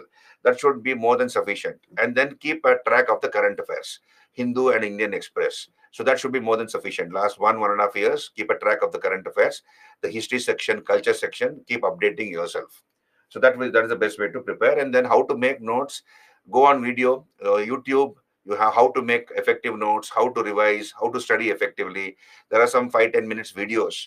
So try to read, listen to those videos and incorporate those ideas in your uh, in your studies.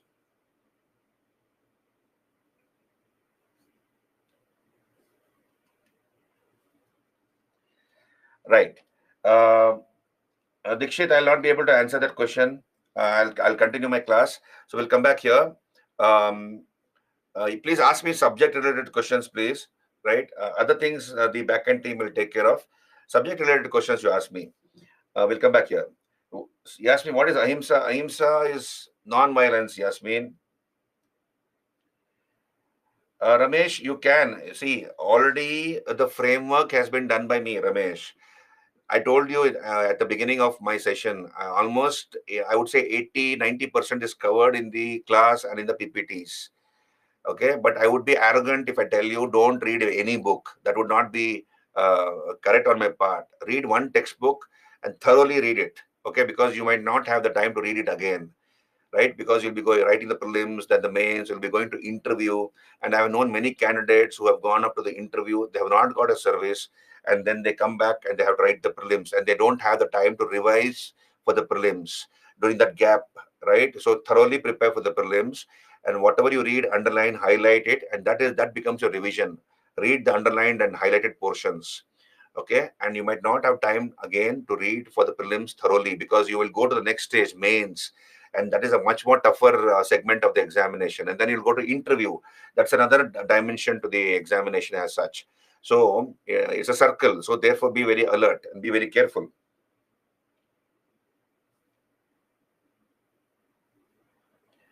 Okay, so we'll continue here. So this is the impact of the Persian conquest of India. Are you there with me? Can I go to the next topic? That is the so I have mentioned here, this is Darius the First, the great king of Persia, and the impact of Persian conquest on India, right? And many of the Indian soldiers were also enrolled in the Persian army. Jyoti, yeah, Jyoti is asking me, can you explain capital? Capital, Jyoti, I told you, capital is nothing but the three parts, the topmost three parts of the Ashokan pillar. We have the inverted lotus or the bell-shaped lotus, on top of which there is an abacus consisting of the four dharma chakras in the four corners, interspersed by four animals: elephant, bull, horse, and lion. And on top of the abacus, you have either one lion or four lions, or one horse, or one bull, or one elephant as such. That is together it is called capital. So don't worry about this. When we do art and architecture, we'll talk about it. Now let us come to the. So you can see here on your screen. Hello, all of you. Look at that on your screen. This is the inverted lotus or Persei-Polton bell. So यहाँ पे देखिए, look here on your screen. So this is the inverted lotus, the bell-shaped lotus. This is the abacus. That is, you have four dharma chakras, and then you have four animals in between.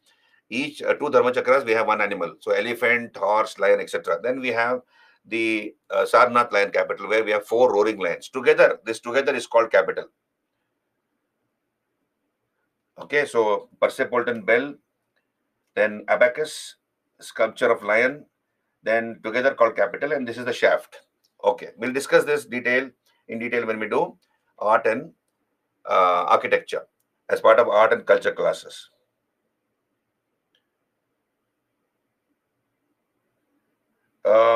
Stephen, in India, in Mehrauli pillar is also of Ashokan inscription. No. Mehrauli pillar is belong to the Gupta period. Mehrauli pillar, in Delhi. We'll come to that. Don't worry. We'll come to that. It's an iron pillar, not stone, Stephen, at Mehrauli in Delhi. It's made of iron in the Qutub Minar complex. Now we'll come to the next subtopic, that is Alexander's invasion of India. So what do you know about Alexander?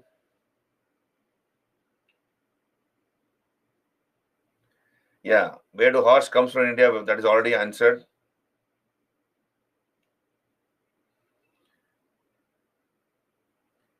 Your question is not very clear, Sham. You have to be a little specific, please.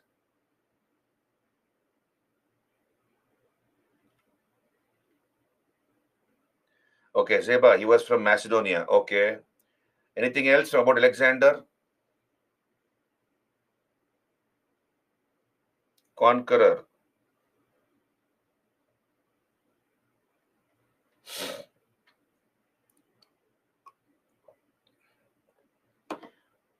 Omkar, it is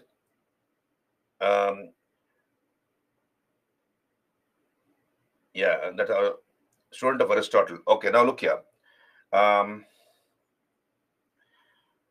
So I go to the map here. You see the map on your screen? This is Macedonia. You can see on your screen, this is Macedonia. This was Macedonia. This was the city-state. So during those days, ancient Greece was divided into a number of city-states, small city-states, small city-states like Sparta, Athens, Macedon, etc. Now, Alexander was a son of Philip II. Philip II was the king of Macedonia. And Philip II had many sons from many wives. Philip II, the king of Macedonia, had many sons from many wives.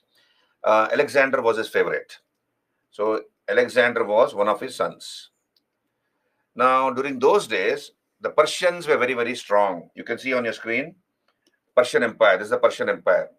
And the Persian Empire was ruled by the Achaemenid rulers of Persia. I have already told you, Achaemenid dynasty. This was a dynasty ruling Persia. And what was the capital of Persia? Persepolis. Persepolis was the capital. So the Achaemenid rulers of Persia had conquered a number of Greek lands. They had conquered a number of lands from the Greeks. And Philip II's ambition was to reconquer all those lands lost to the Persians.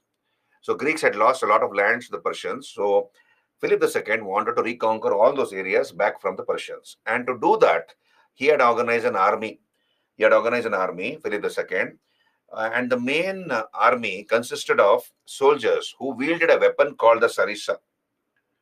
So what is this sarissa? Sarissa was a long spear, about 16 to 18 feet in length. 16 to 18 feet in length. So obviously this was a pretty heavy weapon, 16 to 18 feet in length, held by very strong and trained men.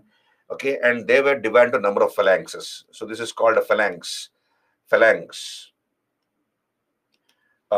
600 men and then 600 men. Totally 3,600 men. One phalanx consisted of 3,600 men. So he had many phalanxes like this. So, and you have these men having a short sword on their body. So they'll carry a short sword, and their main weapon was a sarisa. And of course, there was a shield which they carried. So here, nobody could stand before the phalanxes. Their movement was slow because they had to march in that phalanx formation, holding their spears, heavy spears, and they were long, 16 to 18 feet in length. So nobody could stand before the phalanxes. So their movement was slow but sure. So he had organized that. So we are told that around when Alexander was about 10 years old, you can see here, when Alexander was about 10 years old, one of his father's ministers, a courtier, a noble, brought a gift to Philip II. This was a horse called Bucephalus. This was a beautiful black stallion with a natural white star on its forehead. So imagine this, a beautiful white stallion with a beautiful black stallion with a natural white star on its forehead. So, and this horse, everybody was enamored. Beautiful looking horse. It was dancing, on its feet, and all the nobles wanted to try riding him. But then he would not allow anybody to ride him. He would throw off the rider. Alexander, who was just 10 years old, was watching all this from a distance. And then he told his father that he would like to try to ride this horse. He was a prince. He had been trained to ride a horse from a young age. He was 10 years old at that point in time. So his father said, go ahead and try. And then Alexander had noticed something which nobody had noticed. That is, I believe the horse was afraid of its own shadow. So you have the sun falling, and when the sun falls, you have the horse's shadow falling on the ground. And when the horse saw its own shadow, it would get scared. So what Alexander did is he walked up to the horse, he stroked the horse, he turned the horse away from the sun, and then he spoke to the horse. God knows what he spoke, but he stroked the horse, spoke to the horse, and he established a connection with the horse. And then he mounted. And then he mounted and he went for a ride. The horse did not protest and it looked like they were made for each other. So he finished his ride and came back, and everybody was amazed. Everybody were amazed, including his father. So his father is supposed to have remarked, son, this kingdom is too small for you. Go and carve out your own kingdom. So this is what his father is supposed to have stated. So this happened when Alexander was about 10 years old. When Alexander was about 17 years old, in a military coup, his father was assassinated. So Philip II was killed in a military coup. And all the sons of Philip II began to fight for the throne, including Alexander. So there was a civil war in Macedonia where the sons of Philip are fighting for the throne. And I told you, Philip II had many wives and from them many children. So here there was no emotional connection amongst the siblings. So they began to fight for the throne, and Alexander managed to kill all his brothers, and he became the king of Macedonia. Now his teacher was Aristotle. Alexander's teacher was Aristotle, and Alexander had this crazy, you can call it as crazy, the idea of conquering the entire earth. So he wanted to rule over the entire earth. Probably the first man to think like this and execute his plan, or try to execute his plan. And during those days, as you all know, nobody knew how big the earth was. Nobody knew how big the earth was. Aristotle, his teacher, had told him that the earth ends after India. So Alexander wanted to conquer everything up to India, thus conquering the entire earth. So he took his father's army. So he had a ready-made army. His father had organized that army, as I told you, and then he began to conquer the neighboring areas. Right? He began to conquer the neighboring areas, and he was a great general. He was a born general. He always led from the front, and he had that beautiful military brain, which very few people have. So he was a genius in that sense on the battlefield. And he was almost careless as regards his own safety. So he was always surrounded by bodyguards on their horses, and they would try to give protection to him. But so he began to conquer one area after another area. You can see here on your screen, these are the conquests of Alexander on your screen. You can see here, he starts from Macedonia, and that arrow mark you can see. He began to conquer all those areas one by one. And then he challenged the mighty Persian king. Then he challenged the mighty Persian king, Darius the Third. So Darius the Third was called the Lord of the universe. So he was the mighty king of Persia, the emperor of Persia. And what was his name? Darius the Third, the descendant of Darius the First. Now, it is said that Darius the Third laughed off when he heard that Alexander was challenging him for battle. He laughed. He took it as a joke because here there was a small princeling of a tiny city-state challenging the mighty emperor of Persia, and the emperor of Persia had an army 5 times the size of Alexander's army. So we have the famous Battle of Issus, which takes place. So we have the Battle of Issus. You can see here on the screen the Battle of Issus. So this was a preliminary war. Darius the Third did not bring his entire army, so he sent a small army, and he also was there in that battlefield. And in that battlefield, Alexander defeated Darius the Third. So this hurt the ego of the emperor of Persia. So then you have again the Persian emperor regrouping, and then you have the famous Battle of Gaugamela, or the famous Battle of Arbela. This happened in 331 BC. So Alexander, sorry for that.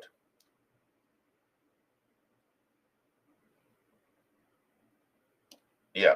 So here,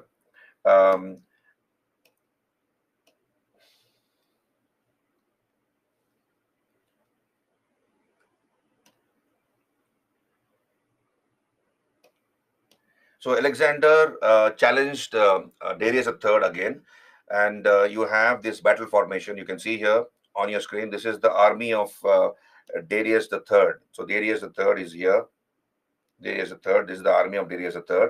And the Persians used to never attack from the front. The Persian emperor was never at the front. He was always at the rear.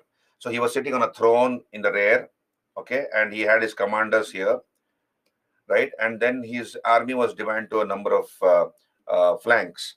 And Alexander's army was here. Alexander's army is here. He was relying heavily on cavalry. So cavalry, you can move your cavalry the way you want. And Alexander always led from the front. And the genius that Alexander was, he would never wait for the enemy to make the move. He will make the first move, right? So here, both the armies are facing each other. And the Darius III knew about the strength of Alexander's army. Darius III's army was 5 times the size of Alexander's army. So here, having known that, what Alexander did is, he immediately shifted the formation like this. So imagine, so his army becomes something like this. Because of the cavalry, he could move it quickly. So here you have the army like this. So more people, very few people at the flanks, and more at the center, like this. So this is not important from the exam point of view. I'm just trying to kindle your interest here. Okay, so here more people were positioned in the center here.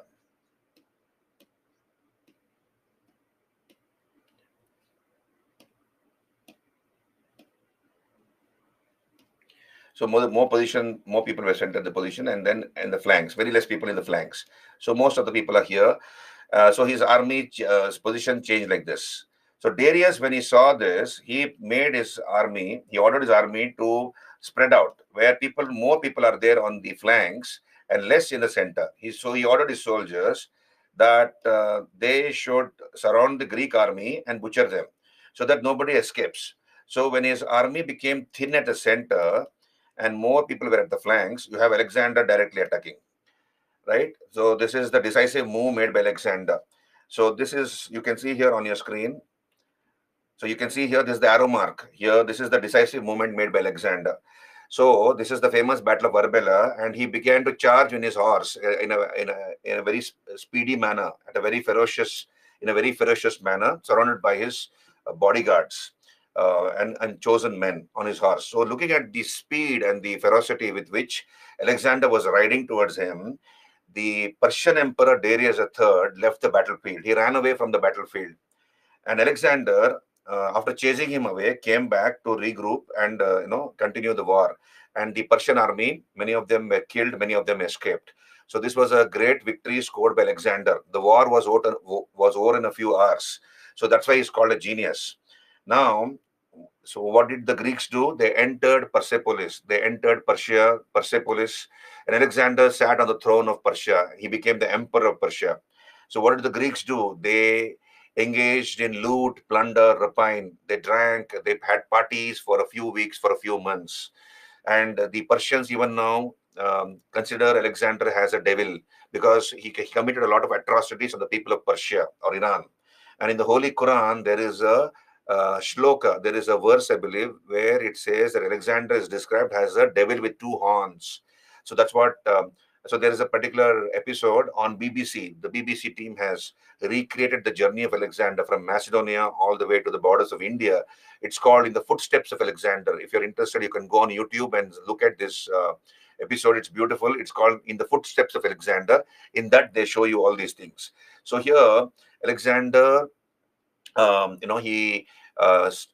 he stayed back in Persia, and the Greeks drank, partied day and night.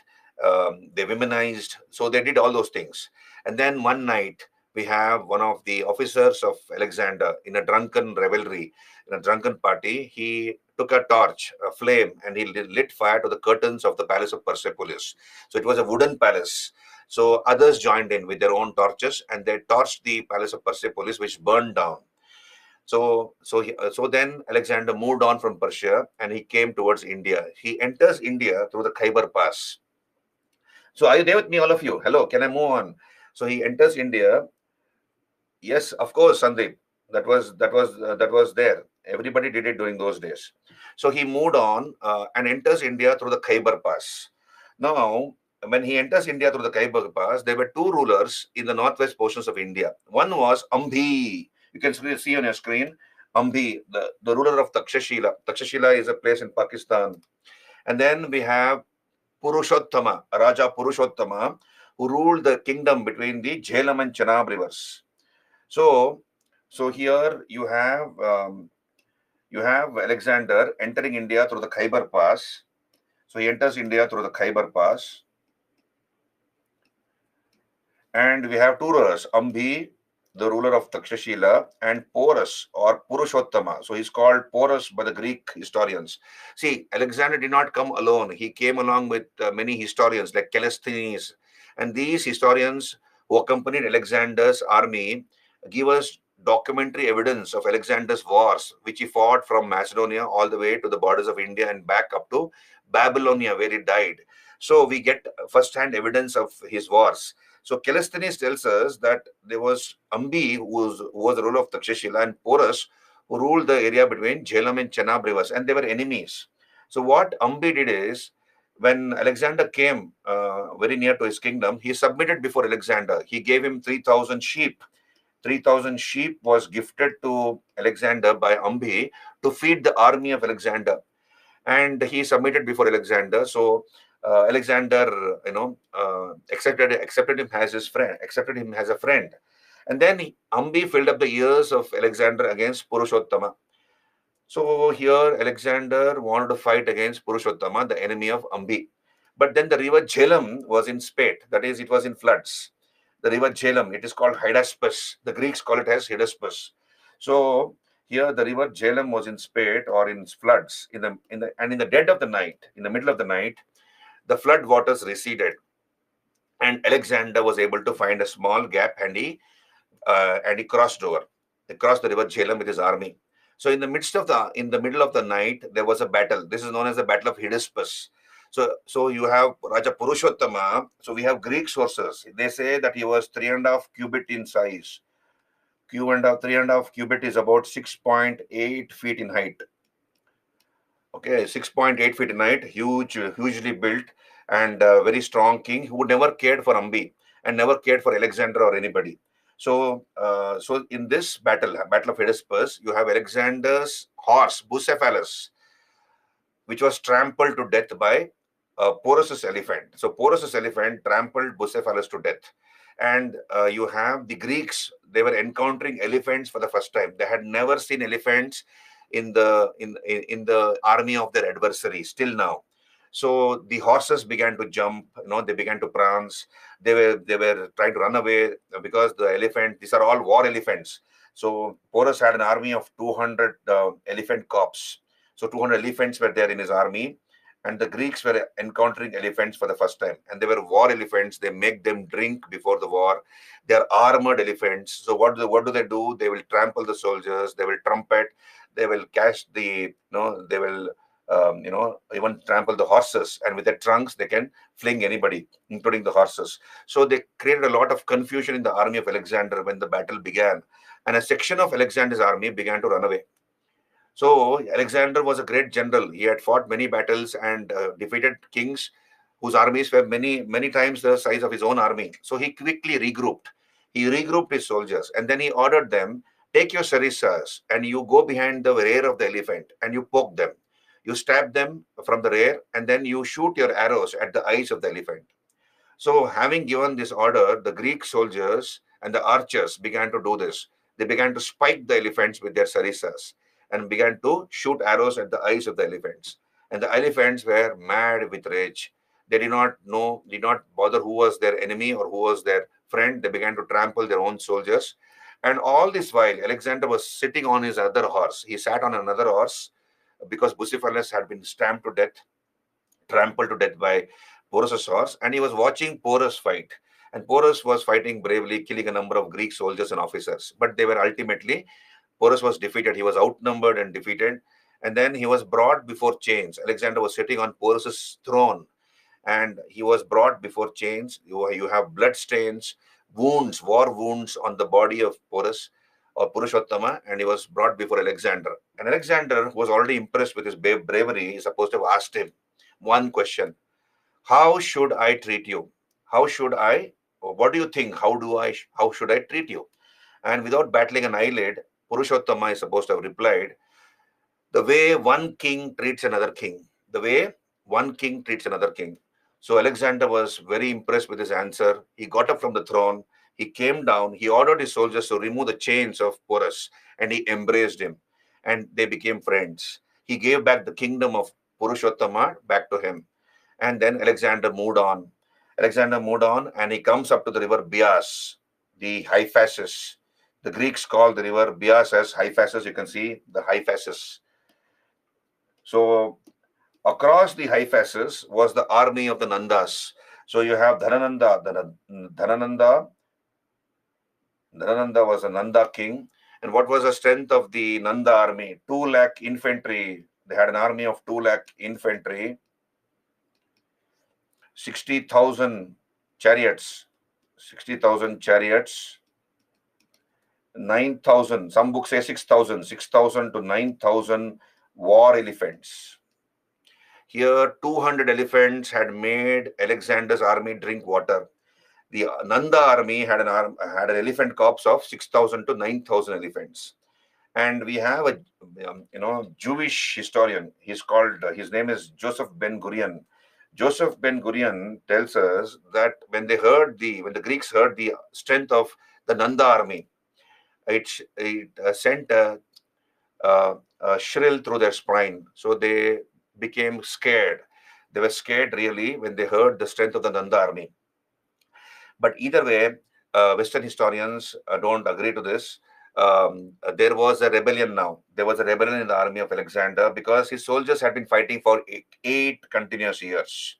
They had fought many wars and defeated many adversaries. Many sized their own army strength. So historians don't agree to what Joseph Ben Gurion says. But anyway, they had been continuously fighting for 8 years. They were homesick. They were basically homesick. They were missing their families, children, etc. And the Greek soldiers wanted to go back. Now, please understand this part. It's important. What was the incentive Alexander gave to his soldiers? Because he wanted to conquer the entire earth. And without the help of his soldiers and officers, he couldn't have done that.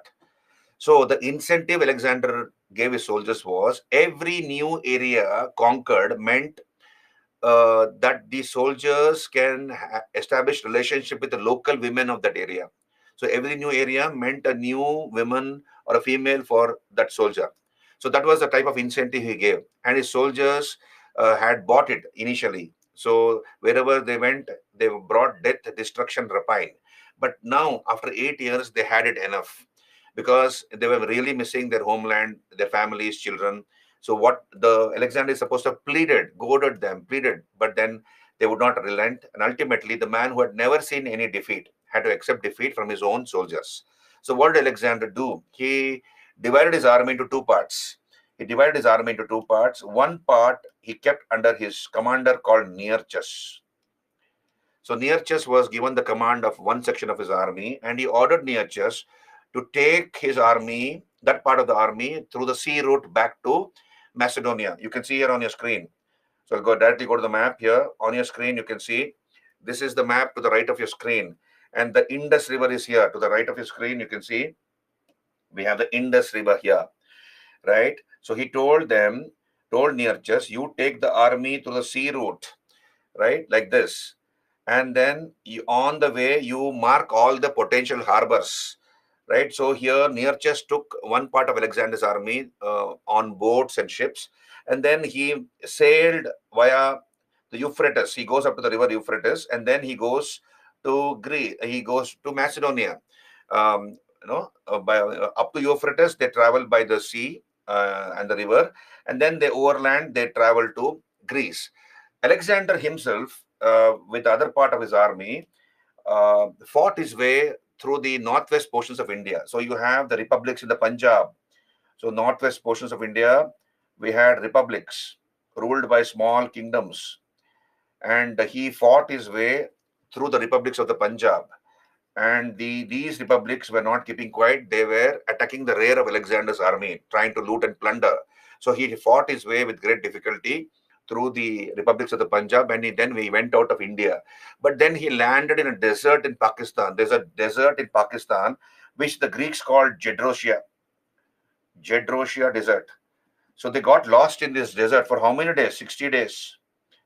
They did not know which way to go out of the desert. They had run out of water supply. So they had to survive in the harsh desert weather. So what did the Greeks do? They killed the horses. They ate the flesh of the horses, drank the blood of the horses.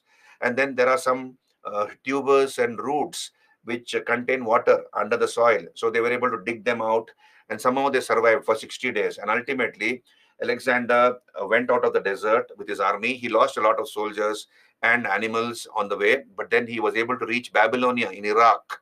And at the age of 33 years, under controversial circumstances, Alexander died. Now, what is the impact of Alexander's invasion on India? That is more important. This is just a story I told you about Alexander, but then what is the impact? This is more important from the exam point of view.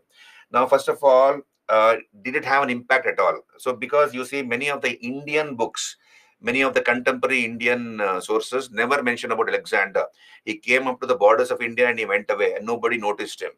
But then it did have an impact to a slight extent. One is 4 new routes came into existence between the west and the east. 4 new routes. Some books say 3 new routes. So 3 to 4 new routes came into existence between the west and the east. Nearchus, I told you, went through the sea route back to Macedonia. So he was able to find 2 new routes by the sea. What was Alexander's plan? His plan was let the soldiers take rest for some time, and then I'll continue my campaign. I'll come back through the sea route and then conquer onwards. That was his plan. But then that never happened because he died. So 4 new routes came into existence, 2 by the sea and 2 by the land between the west and the east. This is number 1. Number 2 is 326 BC is considered to be a sheet anchor of Indian chronology. It is considered to be a sheet anchor of Indian chronology. What is the meaning of that sheet anchor of Indian chronology? We definitely know what was happening in India in 326 BC, because as I told you, Alexander came along with historians like Callisthenes and others. And these historians, Greek historians, give us some information about the socio-economic and political conditions of India in 326 BC. Therefore, it is considered to be a sheet anchor of Indian chronology. That is number 2. Number 3 is the Greeks influenced Indian numismatics. So Greeks influenced Indian numismatics, that is coinage. Okay, this is number 3. Number 4 is, see, I told you earlier, Alexander, one of the incentives he gave is to his soldiers was to establish relationship with the women of that local area which he had conquered. Now, what happened here? Now Alexander came and he went back, but many of the Greek soldiers and officers who had come, who were part of his army, never went back along with Alexander. They stayed back in northern Afghanistan. Look here on your screen. They stayed back in northern Afghanistan. And northern Afghanistan in Greek sources is called Bactria. So these Greek soldiers and officers, many of them married the local women of northern Afghanistan and settled down there. So these Greeks came to be called Bactrian Greeks. Bactria is the name given to northern Afghanistan in Greek records. So these Greeks came to be called Bactrian Greeks. Now, Greeks and Romans used to worship their gods. So in ancient Greece and Rome, they used to make murtis, they used to make images, idols of Greek and Roman gods like Zeus, Apollo, etc. So they were portrayed as tall figures with a mustache, with a beard, with a robust physique, with a strong physique, with flowing robes, right? Now, when these Greeks settled down in northwest portions of India, present in northern Afghanistan, and down the generations, their descendants became Indianized. They were influenced by Indian culture. And many of these Greeks took to the worship of Buddha, Lord Buddha. And what they did is they began to depict Buddha in a Greco-Roman manner. So they made idols of the Buddha, and Buddha was given a mustache, Buddha was given a beard, Buddha was given a robust physique, a strong physique. And so he was depicted as a Greco-Roman god. And therefore, in the northwest portions of India, a distinct school of art came into existence called the Gandhara School of Art. Did you get me here? Did a connection here? Hello, all of you. So this is the Gandhara School of Art, which came into existence in the northwest portions of India. This is another impact and the most important impact, right? And lastly, we have Chandragupta Maurya, who was able to establish as soon as Alexander went back, we have Chandragupta Maurya overthrowing the Nandas. Chandragupta Maurya killed Dhanananda and then established the Mauryan Empire. And he was able to consolidate his newly established empire because he could easily conquer the northwest portions of India. Why Chandragupta Maurya was able to conquer the northwest portions of India? Because all those areas had already been weakened by Alexander. He went out of India through the northwest portions of India, fighting the republics of the Punjab. So the republics of the Punjab in the northwest had already been weakened by Alexander. So those areas were easily conquered by Chandragupta Maurya, and he was able to consolidate his newly established empire. This is the impact of Alexander's invasion on India. Are you there with me? Clear? Yeah, Rajneesh, Nanda out, Mauryan in. Yeah, right. Can I move on? Let us look at the questions.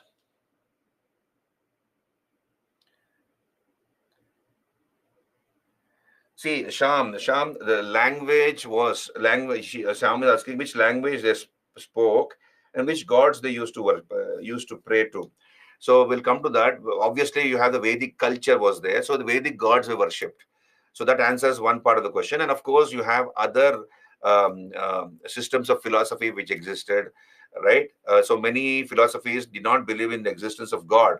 So in fact, most of them were atheistic in nature. But whichever believed God, they worshipped the Vedic gods. Then secondly, regarding the language, Sanskrit was the language of the elite sections, whereas Prakrit was the Desha Bhasha. Desha Bhasha is language of the masses, whereas Sanskrit was called the language of the Shishtas, the language of the elite sections of society, right? So that answers your question. Did Greeks introduce the practice of idol worship in India? The Buddhists, the idol worship was, of course, the Buddhists were responsible for idol worship. The Mahayana Buddhists introduced idol worship in India, right? The Mahayana Buddhists, not the Greeks, the Mahayana Buddhists. So they began to worship Buddha in the form of an idol. They considered Buddha as a god. So this is the greatest contribution of Buddhism to Hinduism. In fact, Hinduism borrowed the idea of idol worship from the Buddhists. Last impact, I told you, last impact is it was easy for Chandragupta Maurya to consolidate his newly established empire. He had overthrown the Nandas. So he had to consolidate those areas which he had conquered. And it became easy for him to consolidate those areas in the northwest because northwest had already been weakened by Alexander's invasion. As he went out of India, he defeated the republics of the Punjab. So all those republics of the Punjab were easily incorporated into the Mauryan Empire by Chandragupta Maurya. Okay, so this is about it. So let us look at the questions before we go for a break. So on your screen, look at this. Look at the questions. Bimbisar, match the following using the codes given below. Magadhan Emperor, territory conquered. Bimbisar conquered what? He conquered Anga. We know this, isn't it? Then Ajatashatru, defeated the Lichavis of Vaishali and conquered Vaishali. So Ajatashatru conquered the Lichavis. Mahapadmananda, the Nanda king, conquered Asmaka or Asmaka, and Shishanagas conquered Avanti. So the answer is C. Then Ropana, the technique of transplantation of paddy, was mentioned for the first time in what? So this is a UPSC question. The year I was not able to get it. This is a UPSC prelims question. Panini's Ashtadhyayi. This is a grammar book. This is a grammar book written by Panini. This is called Ashtadhyayi. And a commentary on the Ashtadhyayi is written by Patanjali. That is called Mahabhashya. So Mahabhashya is a commentary on Panini's Ashtadhyayi. So in this grammar book called Ashtadhyayi written by Panini, we have the mention of Ropana, the technique of paddy transplantation for the first time. Then which of the following is incorrect about punch mark coins? So they are uninscribed, that is, nothing has been written on them, that is correct. They were made of either silver or copper, that is also correct. They bear one or multiple punches on them, that is correct. We have seen that peacock, hill, crescent were embossed or punched on them. They can be definitely attributed to a particular king. This is not correct. See, please understand here. We have the first Greek invasion. What is first Greek invasion? That of Alexander. First Greek invasion is that of Alexander. Okay. What is the second Greek invasion? Second Greek invasion happened in the post-Maurya period. Post-Maurya period. After the Mauryan Empire collapsed, we have the second Greek invasion. From the point of view of history, the second Greek invasion is more important than the first Greek invasion. Alexander's invasion hardly had any impact. But the second Greek invasion is more important. And in the second Greek invasion, we have numismatics, coins. We can reconstruct the history of the Bactrian Greeks or the Indo-Greeks, mainly through their coin legends. So we have the Bactrian Greeks issuing coins where they have mentioned the names of their king on their coins. And they were the first to issue gold coins, the Bactrian Greeks. That is called second Greek invasion. So this statement is not correct in this context, in the context of the pre-Maurya period. It is correct. That would have been correct in the context of the post-Maurya period, because the Bactrian Greeks, the second Greek invasion, they introduced coins where they have shown the names of kings on their coins. So that is the answer. D is the answer. Right? Then what is Shantagara? Shantagara, we have discussed this, a parliament in Republican states. Direct question. Again, this was a UPSC question. A parliament in Republican states. Shantagara, Gana Parishad, also called Gana Parishad. Which of the following kingdoms were Republican states? So 5 were Republican states, not Magadha. Lichavis were of course there, Vidaha and Malla. These were the Republican states. So 2, 3, 4, not Avanti, not Magadha. Magadha and Avanti were monarchies. Match the following by using the codes given below. King and name in Greek records. Ambhi. Ambhi is called Omphis in Greek records. Chandragupta Maurya is called Chandrakotas. Bindusar is called Amitrochates, or Amitrghata became Amitrochates for the Greeks. Dharanda is called Agrams. So the answer is B. Right? So this is the end of the topic. We'll come back after a break. Can we take a 10 minutes break? 10 minutes break is fine. Can I start with Mauryan Empire after 10 minutes? Hello, all of you? 10 minutes is fine. Please raise your hands. Okay, 10 minutes. So it is 8:10. We'll meet at 8:20 on my watch. 8:20. Ayush says 15 minutes. 10 minutes is fine, Ayush. Chandu. Yeah? Okay, Deepinder 12.5. Okay, so you go and come in about, yeah, it will meet at 8:20. 10 minutes, 8:20.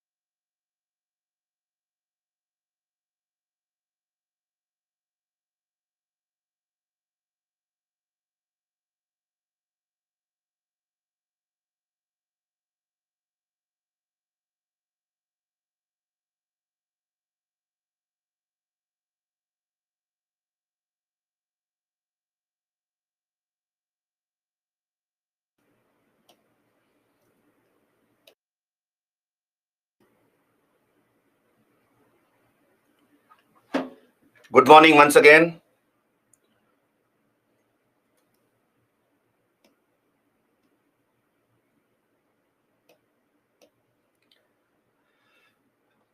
Am I audible and visible? Shall we begin?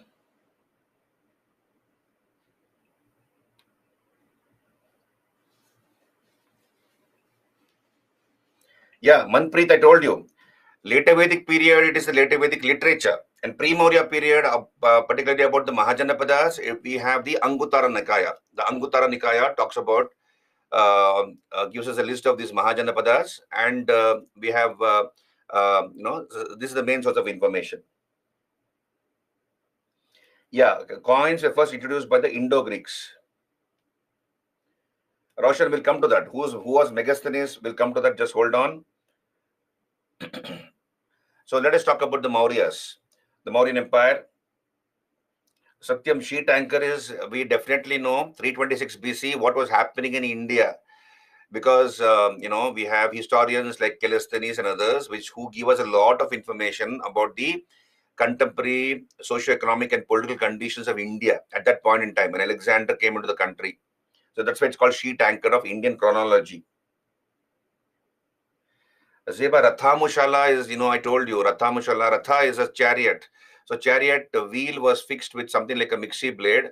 And if you take that chariot, a running chariot next to the wheel of another running chariot, it will destroy the spokes of the adjoining chariot. And that way it will make that chariot capsize. So that is called Rathamushala. Okay. So Mauryan Empire. So you can see on your screen, this is the Mauryan Empire.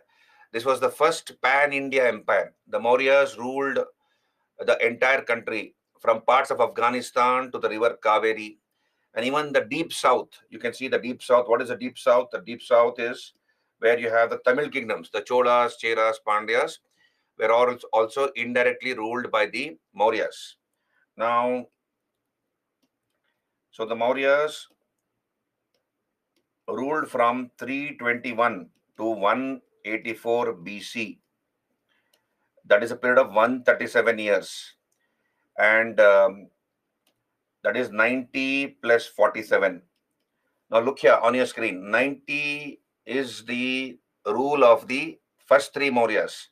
Chandragupta Maurya, I'll write in short CGM, Chandragupta Maurya, Bindusar, his son who succeeded him, Bindusara, and Ashoka, the greatest of the Mauryas.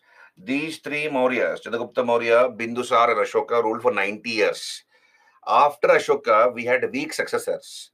Weak successors are called later Mauryas. 47 years they ruled totally. Later Mauryas ruled for 47 years. And the Mauryan Empire only lasted for 137 years. Right? So they ruled from 321 to 184 BC. Now look here. What is important in this chapter? Now the Mauryan real Indian history or authentic Indian history is set to begin from the Mauryan period onwards. Is set to begin from the Mauryan period onwards. Why do we say this? Because we have a number of reliable sources. Authentic sources are there. Reliable sources are there to reconstruct the history of the Mauryas, to reconstruct the history of India. So therefore, real or authentic history of India begins from the Mauryan period onwards. That's what it is said. So we have a number of sources. What are the type of sources we have? We have literary sources. Literary sources are there. And among literary sources, we have both foreign sources, foreign authors writing about the Mauryan Empire, and indigenous sources, indigenous locals writing about the Mauryan Empire. Then we have archaeological sources. Among archaeological sources, the most important are the edicts of Ashoka. So what are edicts? We'll come to that. Edicts of Ashoka. Edicts are royal messages. Ashoka wanted to convey some message to his people, to his subjects, and in some cases to his officers. And he got them inscribed on big rocks, boulders, right? On rocks, pillars, and caves, on the surface of caves. On pillars, he installed pillars, and on the top of those pillars, he got it written. and then on the boulders or rocks. So they are called edicts. They are royal proclamations or royal messages which Ashoka got inscribed. So these edicts are found throughout the length and breadth of India, from parts of Afghanistan to the river Kaveri, except Tamil Nadu and Kerala. Except Tamil Nadu and Kerala, edicts of Ashoka have been found in the length and breadth of this country. And from that, we can come to know the extent of the Mauryan Empire, how big the Mauryan Empire was. We come to know from that, the edicts of Ashoka. So they are one of the most reliable, authentic source of information for the study of the Mauryas, right? So proper Indian history is said to begin from the Mauryan period onwards, right? This is the introduction to this topic. So we'll come back here. So you can see origin of the Mauryas. We'll be discussing all these things. Origin, who are these Mauryas? So what is the theory regarding the origin of the Mauryas? Then sources for the study of the Mauryas, foreign accounts, indigenous literature, edicts of Ashoka, that is rock edicts, pillar edicts, cave edicts, other inscriptions which throw light upon the Mauryan Empire.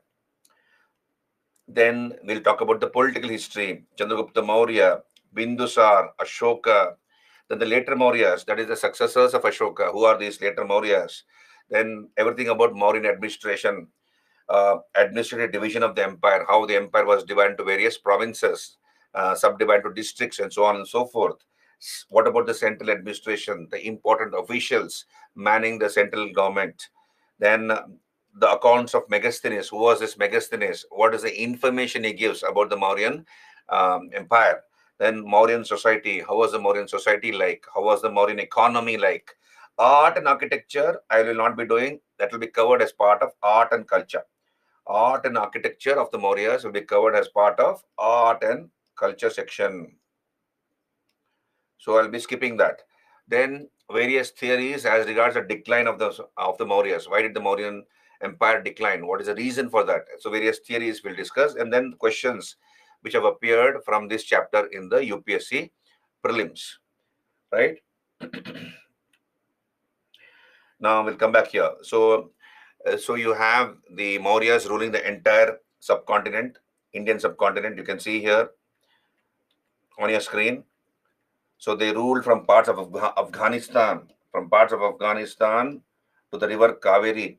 This entire area was ruled by the Mauryas.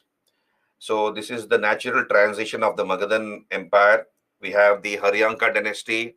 We saw that Haryanka kings, Bimbisar, Ajatashatru, Udayin, right? Then we have the Shishunagas, then the Nandas. So the Magadhan Empire kept on expanding, and the natural territorial climax of the Magadhan Empire happened under the Mauryas, when the Mauryas were able to rule almost the whole of this country. So this was the first pan-India empire. Mauryas were the first pan-India empire. They ruled almost the whole of India. First pan-India empire. So real Indian history is said to begin from the Mauryan period onwards. And we have copious sources. Number of sources are there. Therefore, real Indian history is said to begin from the Mauryan Empire onwards. Now, we look at the sources. We'll come back here. We look at the sources. So here, they ruled from Kashmir to River Kaveri, Bangladesh to Afghanistan. And as I told you, except Tamil Nadu, till now, we have not found edicts of Ashoka in Tamil Nadu and Kerala. So the Mauryas ruled almost the whole of India. So edicts have been found in almost the entire country except Tamil Nadu and Kerala. So let us look at the origin of the Mauryas, who these Mauryas were. Who were these Mauryas? So we have a number of theories as regards the origin of the Mauryas. So first of all, we have the Brahminical sources, the Puranas. Puranas are Brahminical sources written by Brahmanas. That's the meaning of Brahminical sources. They were Brahminical sources, the Puranas. And what do the Puranas tell us? They criticize the Mauryas. They criticize the Mauryas as Shudras and unrighteous. What is the meaning of unrighteous? That they did not rule according to Dharma. Unrighteous. They were not ruling according to Dharma. Okay, and Shudras. So they criticize the Mauryas as Shudras and unrighteous.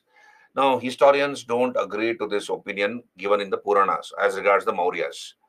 Why the historians don't agree? Now, look here, understand this. We have the first three Mauryas, Chandragupta Maurya. So I'll be using CGM in short for Chandragupta Maurya, right? CGM is Chandragupta Maurya. Then Bindusar, and Ashoka. So these are the three great Mauryas. These three Mauryas were patrons of the heterodox sects, that is Buddhism and Jainism. They were patrons of heterodox. Heterodox means what? Which oppose the existing belief systems. Which oppose the existing belief systems. That is the meaning of heterodox. So, what was the existing belief system? Vedic religion. Vedic people were all for worshipping or following the Vedic religion. Whereas Chandragupta Maurya, he patronized Jainism. He supported Jainism, isn't it? Bindusar, he supported Ajivika sect. Who these Ajivikas were? I'll come to that later when I do Jainism and philosophies. So Bindusara supported the Ajivika sect, one of the heterodox sects. Ashoka, you all know, supported Buddhism. So none of the great Maurya supported the Vedic religion. None of the great Maurya supported the Vedic religion or the Brahminical religion. And therefore, the Brahmanas were very angry with the Mauryas because the kings were not patronizing, donating money and other gifts to the Brahmanas. So the Brahmanas are very angry. Therefore, the Puranas criticize the Mauryas as Shudras and unrighteous. And for this reason, historians don't agree to that. This is number one. Secondly, we have a Greek author called Justine. Justine, a Greek author, calls Chandragupta Maurya as belonging to a humble origin. He says Chandragupta Maurya came from a humble origin, a simple background, but he doesn't mention his caste. Which caste he belongs to, he doesn't mention. Then we have the Junagadh rock inscription of Rudradaman. So look here. What is the Junagadh rock inscription? Junagadh is a place in Gujarat. It's also called Girnar. Junagadh or Girnar is a place in Gujarat, in the Kathiawad district of Gujarat. And we have a branch of the Shakas ruling that part of the country, the Kardamaka branch of the Shakas. So Shakas, we deal with Shakas in the post-Maurya period. Tomorrow I'll deal with them. So here you have the Rudradaman. Rudradaman. He was a Shaka king. And this Rudradaman the first issued an inscription. Okay, this is called Junagadh rock inscription. And in this Junagadh rock inscription issued by the Shaka king Rudradaman, we are told that the Mauryas were of Vaishya origin. They were Vaishyas, he says. So that is one source we have as regards the origin of the Mauryas. So Junagadh rock inscription considers the Mauryas as of Vaishya origin. Then we have Buddhist books, Buddhist sources.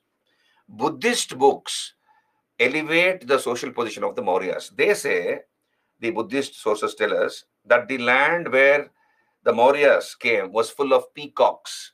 So in Pali language, peacock is called more. Okay, more. In Hindi also it is more, peacock.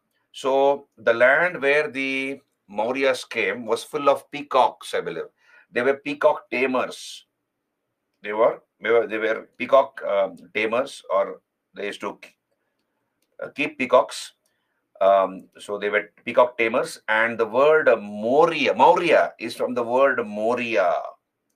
More here is a peacock. So the word Maurya is derived from the word Moria. And they connect the Mauryas with the Sakya Kshatriya clan of Kapilavastu, of the Buddha. Sakya clan of the Buddha. So they say the Mauryas are related to the Sakya clan of the Buddhas, of Buddha. So this way, the Buddhist sources elevate the social position of the Mauryas. Obviously, the greatest patron of Buddhism was Ashoka. So the Buddhist sources give a very nice opinion as regards the origin of the Mauryas. So did you understand? Till now, all of you clear? Okay, I'll not use yellow color on the white layout file. I'm trying to use black only. Stephen, where the contemporary Buddha? No. Bimbisar and Ajatashatru were contemporaries of Buddha, not the Mauryas. All of you, yeah, clear?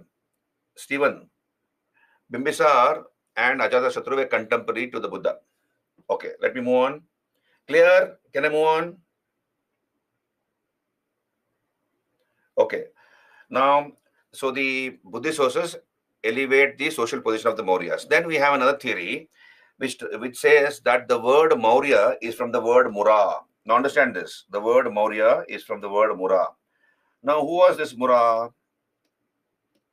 So the word Maurya is from the word Mura. Understand this.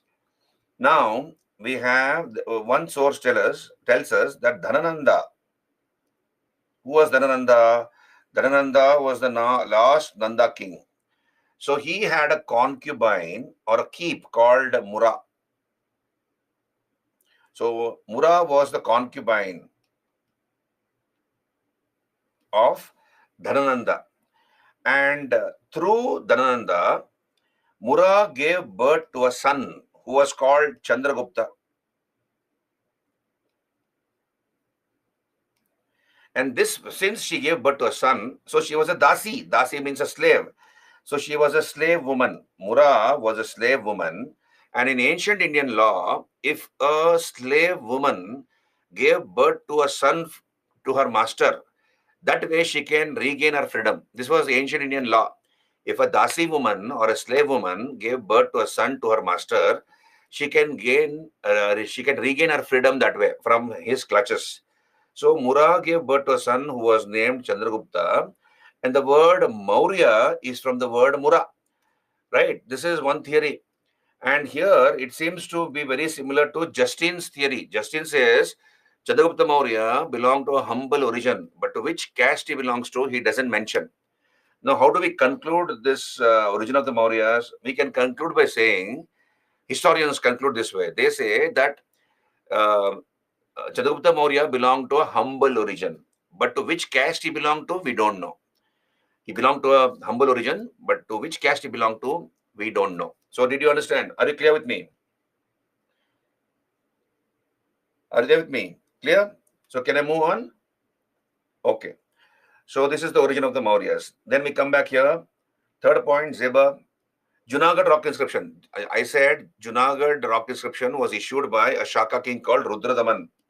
So Rudradaman issues this Junagadh rock inscription, and in that inscription, we are told that the Mauryas belong to Vaishya origin. In fact, Junagadh rock inscription is the first chaste inscription issued in Sanskrit language. All the inscriptions before the Junagadh inscriptions were issued in Prakrit language. So when I come to post-Maurya period, I'll talk about it again. So, but please understand, according to the Junagadh rock inscription, Mauryas belong to the Vaishya religion. Conclusion, we can say that the Chandragupta Maurya belonged to a humble origin, but to which caste he belonged, we don't know. So Satyam, right? So let me move on.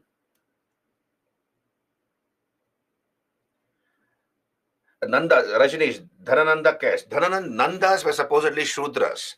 Rajneesh, Nandas were supposedly of Shudra Varna. They belong to the Shudra Varna, it is said. Right? Now we'll come back here. Sources for the study of Maurya. So what I have done is I have made charts.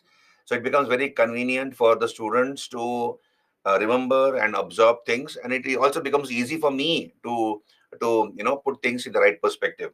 So foreign accounts, we have foreign accounts, sources about the Mauryas given by Greek and Roman scholars. We have a number of visitors to the Roman Empire, Greeks, Romans, Sinhalese, that is Sri Lankans, Tibetans, Chinese. The Chinese also came to India during the later, much later. Fahian was the first Chinese traveler. Hyunsang was the second Chinese traveler. So these Chinese travelers also give information about the Mauryas, though they came much later. So we have huge amount of information for the study of the Mauryas. So first of all, let us talk about the foreign accounts. So we have works of all these Greeks, Romans, Sinhalese, etc. So here Nearchus. So I told you just now before the break, Alexander divided his army into two parts. One part of his army under Nearchus he sent through the sea route. So Nearchus, Alexander's general, one of his general, he tells us that Dharma Shastras in India were not written. They were unwritten and passed on orally. So that is the information he gives us, Nearchus. Then we have Indica of Megasthenes, a book called Indica. Who was Megasthenes? He was one of the ambassadors of Seleucus Nicator. Now we'll talk about Seleucus Nicator later. Chandragupta Maurya defeated one of the generals of Alexander, and that general was Seleucus Nicator. Alexander had died, And after the death of Alexander, we have one of his generals called Seleucus Nicator, who claimed the Asiatic provinces of Alexander's empire as his own. So Alexander had established a huge empire spanning 20,000 kilometers from Macedonia in Greece to the borders of India. So that empire spanned 20,000 kilometers in length. The Asiatic part of his empire was claimed by this Seleucus Nicator, and Chandragupta Maurya fought against Seleucus Nicator and defeated him, and later married Seleucus Nicator's daughter by name Helena. So Seleucus Nicator sent an ambassador to the court of Chandragupta Maurya. His name was Megasthenes. So Megasthenes stayed in the court of Chandragupta Maurya, and he writes a book called Indica. So Indica, the original Indica written by Megasthenes, was lost. We don't know when it was lost, how it was lost. We don't know. But till it was existing, many Greek and Roman writers had read the Indica, and from their memory, they quote from the Indica. When they made their own writings, they extensively quote from the Indica, stating that Megasthenes had said this, Megasthenes had said that, etc. So we come to know what Megasthenes had told in the Indica indirectly, not directly, because the original Indica was lost. So here we can come to know a lot about the Mauryan Empire from the Indica of Megasthenes, but at many places is inaccurate. He is inaccurate. Why is inaccurate? Because he was looking at things from the eyes of a foreigner. Megasthenes was looking at things from the eyes of a foreigner, and he was not able to understand many aspects of Indian way of life. So his observations at many times are inaccurate. We'll deal with that later in a much more detailed manner. Just hold on. So Indica of Megasthenes is another source of information for the study of the Mauryas. Then we have another book called Geography, written by Strabo. So he was a Greek writer, Strabo, and he tells us that Chandragupta Maurya married Helena, and the daughter of Seleucus Nicator. So Helena, Seleucus Nicator's daughter, was married by Chandragupta Maurya. That information comes from Strabo, a Greek writer, in his book called Geography. Then an epitome, another book written by Justine. So in Greek language, he says that Chandragupta Maurya was able to terminate the commanders of Alexander who had been appointed by him in the northwest. So all those commanders appointed by Alexander in the northwest portions of India were defeated by Chandragupta Maurya. So that is the information given by Justine. Then we have another book called Indica, written by Arrian. So Arrian was again a Greek writer. He talks about the strength of the Nanda army. Arrian, he says it was having an army of 2 lakh infantry. Nandas had an army of 2 lakh infantry, 60,000 cavalry, and 6,000 war elephants. So this is the strength of the Nanda army, according to Arrian in his book Indica. Then we have Pliny, a Roman writer called Pliny, writes a book called Natural History. In that book, he talks about again the strength of the Mauryan army. So he says Mauryas had an army of 6 lakh infantry, 30,000 cavalry, as you can see, 9,000 war elephants, and 8,000 chariots. So he was a Roman writer, this Pliny the Elder.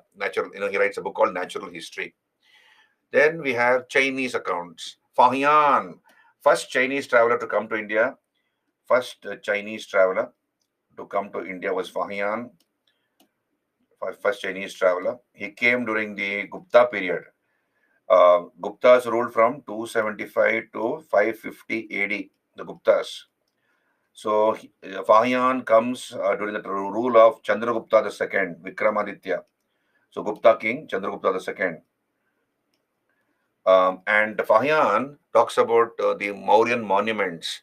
He mentions about the stone palace built by Ashoka. Fahian, we'll talk about it. Then Hyunsang, he came to India during the 7th century AD, during the period of Harshavardhana. Harsha was the king, the last great emperor of ancient India, belonging to the Pushyabhuti dynasty or the Vardhana dynasty, who ruled from Sthaneshwar in Haryana. So Hyunsang was the one who converted Harsha to Shaivism. So Hyunsang writes a book called Siyuki. In that book, he talks about the conversion of Ashoka to Buddhism. Hyunsang tells us that Ashoka was converted to Buddhism by a boy monk called Upagupta. So a 5-year-old boy monk called Upagupta converted Ashoka to Buddhism, he says. That is information given by Hyunsang, or Hyun Chuang as he's called. Then we have the books of Sri Lanka, the Buddhist Chronicles of Sri Lanka, Dvipavamsha, Island Chronicle, Mahavamsha, Great Chronicle, Kulavamsha, Lesser Chronicle, Vamshatapakasini. So these are all books written by the Buddhist monks of Sri Lanka in Pali language. They're written in Pali language. And in Mahavamsha, we have a book called Mahavamsha, the Great Chronicle. We are told that Ashoka's children, Mahendra and Sangamitra, introduced Buddhism in Sri Lanka. They also took a sapling from the original people tree under which the Lord Buddha had attained nirvana. So they took a sapling from India and planted that in Sri Lanka. So this information is given in the book Mahavamsha. Then we have a Tibetan book called Divya Vadana.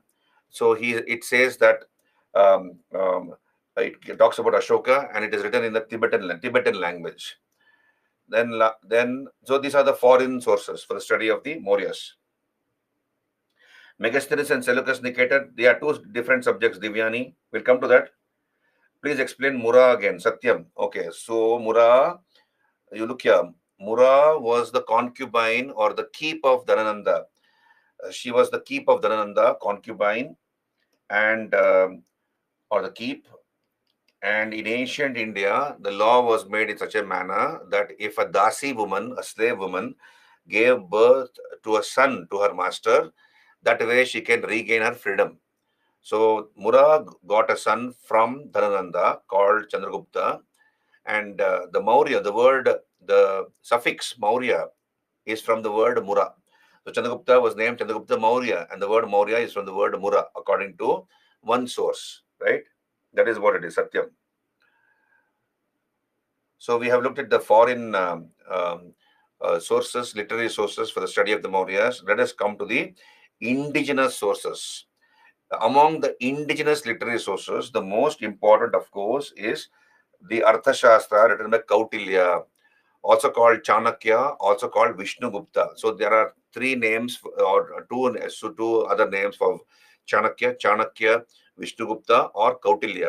So Arthashastra is a treatise. It's a politico-economic treatise written by Kautilya.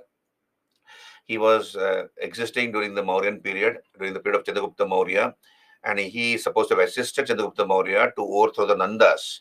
And he saw to it that Chandragupta was able to become the emperor and establish the Mauryan Empire. Now we have the original manuscript. The original manuscript written on palm leaves. It was found in a library, in an institute in Mysore, in Karnataka, in Mysore. We have an institute which was established by the Wadayar kings. The Wadayar kings established this institute in 1891. So in 1891, this institute or library was established by the Wadayar kings of Mysore. And there was a Sanskrit scholar and literate here by name Rudra Patna Shama Shastri, R. Shama Shastri, Rudra Patna Shama Shastri. So R. Shama Shastri, while sifting through these palm leaf manuscripts, accidentally discovered the original manuscript of the Arthashastra written by Kautilya. This was discovered in the year 1905.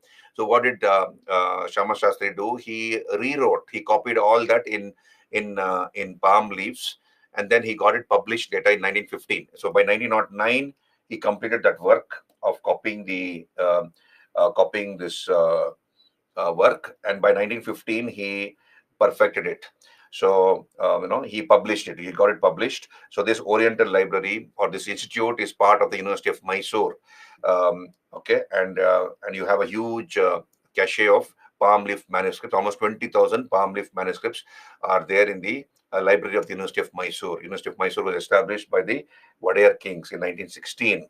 Right. So this is Arthashastra written by Kautilya. So in this Arthashastra, Kautilya talks about Mauryan administration. He talks about Mauryan administration, and he's called Indian Machiavelli.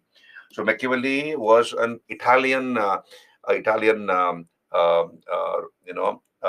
jurist as well as a writer, Machiavelli, and so you can call. He wrote on statecraft. He writes a book called The Prince. So he was from Italy, Venice, a Venetian writer. And Machiavelli, in his Prince, the book called Prince, says that means justifies the ends. So it is not necessary. So to establish a state and to maintain it, it is okay to use evil.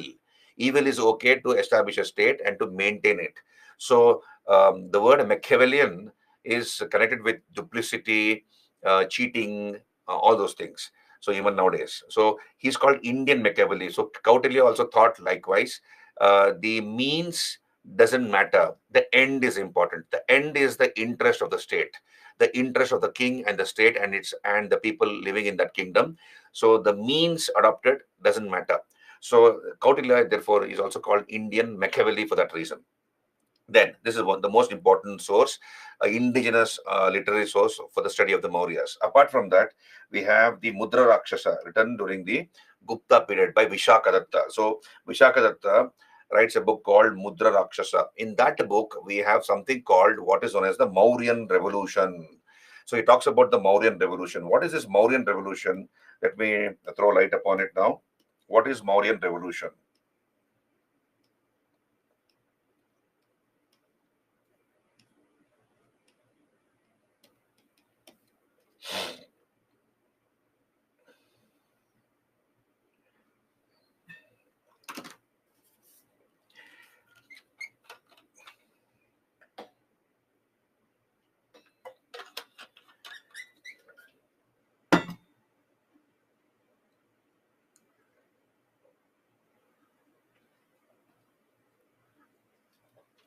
Now, sorry for this. So, what is Mauryan Revolution? So, we have this book called Mudra Rakshasa. Mudra Rakshasa means the minister's signet ring. Mudra Rakshasa.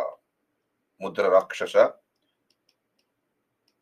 written by Vishakadatta. So, Vishakadatta was one of the scholars in the Gupta court. Guptas ruled from the 5th century, around the 5th century AD.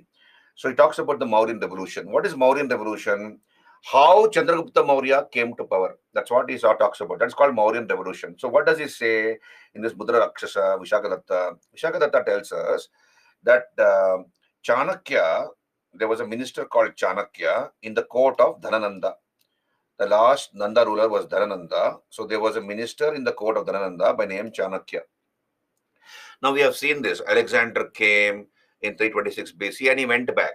But many Greeks who had come along with Alexander's army never went back. They stayed back in northern Afghanistan or Bactria. And these Greeks were living around the borders of the Nanda Empire. So imagine this is the Nanda Empire. This is the Nanda Empire. And these Greeks were living here. The Greeks were living here on the borders of the Nanda Empire. So Chanakya, who was a minister under Dhanananda, felt that these Greeks might be a threat later to the Nanda Empire. So that's what was his thinking, that these Greeks might trouble the Nanda Empire later. So therefore, in an open court, so Dhanananda was sitting on the throne, you have other ministers and courtiers sitting. Chanakya is supposed to have told Dhanananda that, sir, please give me military help. Give me military help. Give me a section of your army. I will drive away the Greeks from the borders of our empire, because tomorrow I feel that these people might threaten our empire. So in front of everybody in the open court, Dhanananda is supposed to have insulted Chanakya. So Chanakya was severely humiliated by Dhanananda. Everybody laughed, and Chanakya felt hurt very badly. So he is supposed to have taken a firm resolution within his mind. He took a firm resolution that he will bring an end to the rule of Dhanananda. He will bring an end to the Nanda rule. So he resigned from the court. So he went away. He resigned from the court of Dhanananda, and then he found a boy in the streets of Takshashila. So Chanakya was from the Mahajanapada of Gandhara. So he was from the Mahajanapada of Gandhara, and the capital of Gandhara was Takshashila. And when he was roaming around the streets of Takshashila, he found a boy by name Chandragupta Maurya, and he saw a lot of promise in this boy. So Chanakya took him under his care and ward, and both of them plotted as to how to bring about an end of the Nandas. It was Chanakya who used his brain. So Chanakya used his brain, and Chandragupta Maurya used his brawn, his muscle power. So they organized an army secretly, and they began to attack. Chandragupta Maurya began to attack the border areas of the Nanda Empire. So one by one, he began to conquer the border areas of the Nanda Empire. Dhanananda was not a very popular king. So slowly he made his way to the capital Pataliputra, and he was able to overthrow Dhanananda, killed him, and he established the Mauryan Empire. So this story is called Mauryan Revolution, given by Vishagadatta in his book called Mudra Rakshasa. Right? That's called Mauryan Revolution. Are you clear with me? Are you there with me? Jyoti, Machiavelli is, he writes a book called The Prince. He was an ancient Italian writer, and he says means justifies the end. The end of the state, the end of the king is important. Means doesn't matter.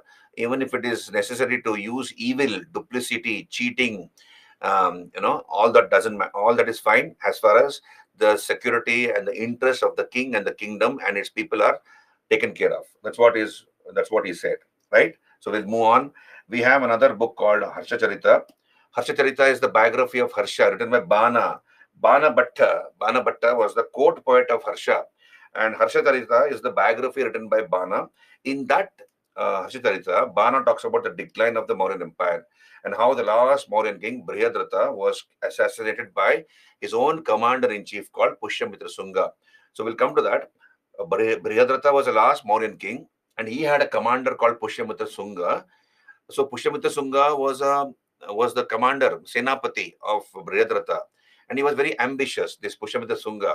Brihadratha was a weak king and an unpopular king.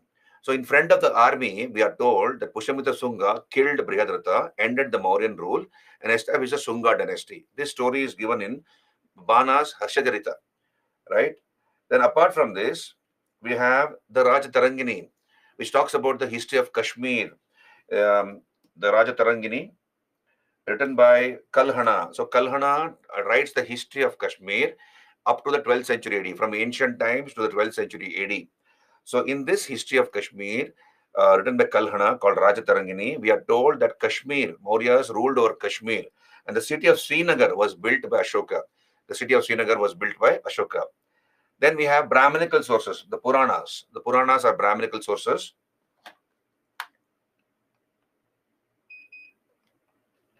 So Puranas tell us that they give us the genealogy of the Mauryas. What is genealogy?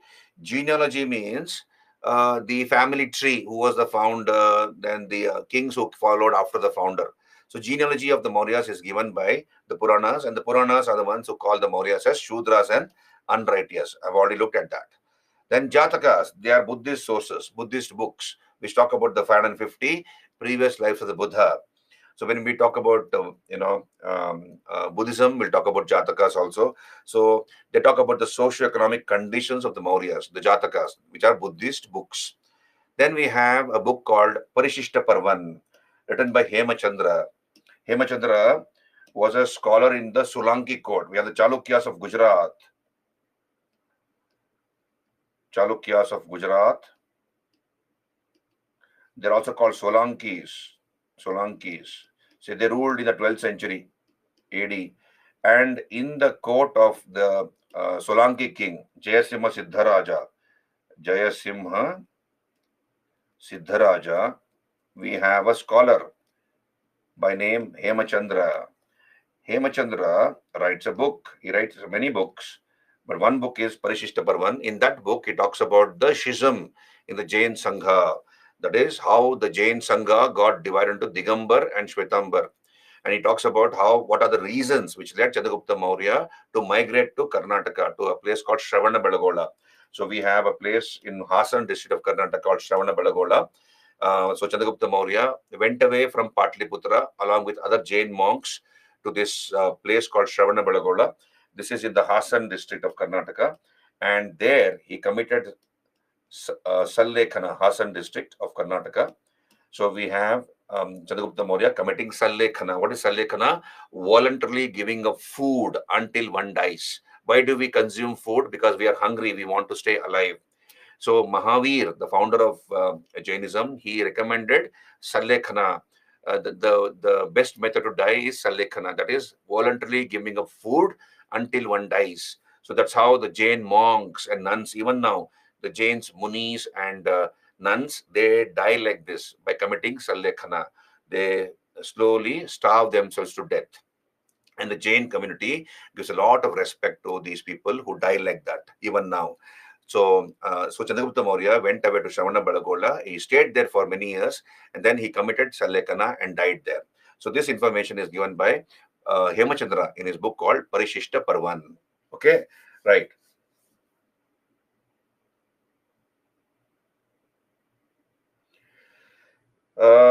Sham, whatever I'm telling you, whatever is the consensus of opinion among historians, that's what I'm telling you regarding the background as regards the reconstruction of the history of the Mauryas. So just stick to that. There may be divergent opinions, but then we will go by what is the consensus opinion among scholars, among historians. Right. Now let us probably Kautilya look like this on your screen. This is how probably Kautilya looked like. So then we have the edicts of Ashoka. What are edicts? They are royal orders. Royal orders. Now, what is the difference between edicts and inscriptions? See, edicts are royal orders. Okay, generally these royal orders are inscribed. So edict is also an inscription, but every inscription is not an edict. So inscription, it's basically inscription, which is inscribed, written on big boulders, rocks. So it is written on rocks, pillars, and on the surface of caves, that is the walls of caves, on the walls of caves. These are called edicts. They're basically royal orders. Whereas inscription is any writing. Inscription is any writing on a stone, or a building, or a coin, etc. It's any writing. That's called an inscription. Now, what are edicts? They're royal orders, and we have these edicts issued by Ashoka. They are in the nature of instructions to the people or to his officers. Mostly it is to the people. He was addressing his subjects, Ashoka, and in some cases he is addressing his officers. And there are totally 181 edicts found in 47 locations throughout the Indian subcontinent. There are 181 edicts found in 47 locations. They are divided into rock edicts, pillar edicts, and cave edicts. Rock edicts, pillar edicts, and cave edicts. Now look here. Why are they called rock edicts, pillar edicts, and cave edicts? Based on the surface on which they were inscribed or written. Based on the type of surface they were inscribed or written, they are called rock edicts, pillar edicts, and cave edicts. And again, rock and pillar edicts are divided into two parts. Rock and pillar edicts are divided into two parts. We have major rock edict, minor rock edict, major pillar edict, minor. So major rock edict, minor rock edict, major pillar edict, minor pillar edict. So what? Now look here. Let us say Ashoka has used a few lines to convey his message on a boulder of a rock. So there's a rock boulder. There's a boulder of a rock, and he has written his message. He's got it inscribed or written in 3-4 lines, 2-3 lines. That's called minor rock edict because it is minor in size, small in size. But let us say he has got his message written in 8 or 9 lines, 8-10 lines. That is called major rock edict because the lines are more than the minor ones. Similarly, on a piece of pillar, on a pillar, he got pillar installed, many pillars installed. And on the surface of these pillars, Ashoka has, let us say, used 2-3 lines messages. That's called minor pillar edict. If he has used many lines, 8-10 lines, messages in 8-line lines, it's called major pillar edict. So major, minor, depending upon the length of the content of these edicts. Depending upon the length of the content of these edicts, it has been divided to major and minor. And based on the surface on which they were written, they are called rock edict, pillar edict, and cave edict. Are you there with me? Hello? Clear?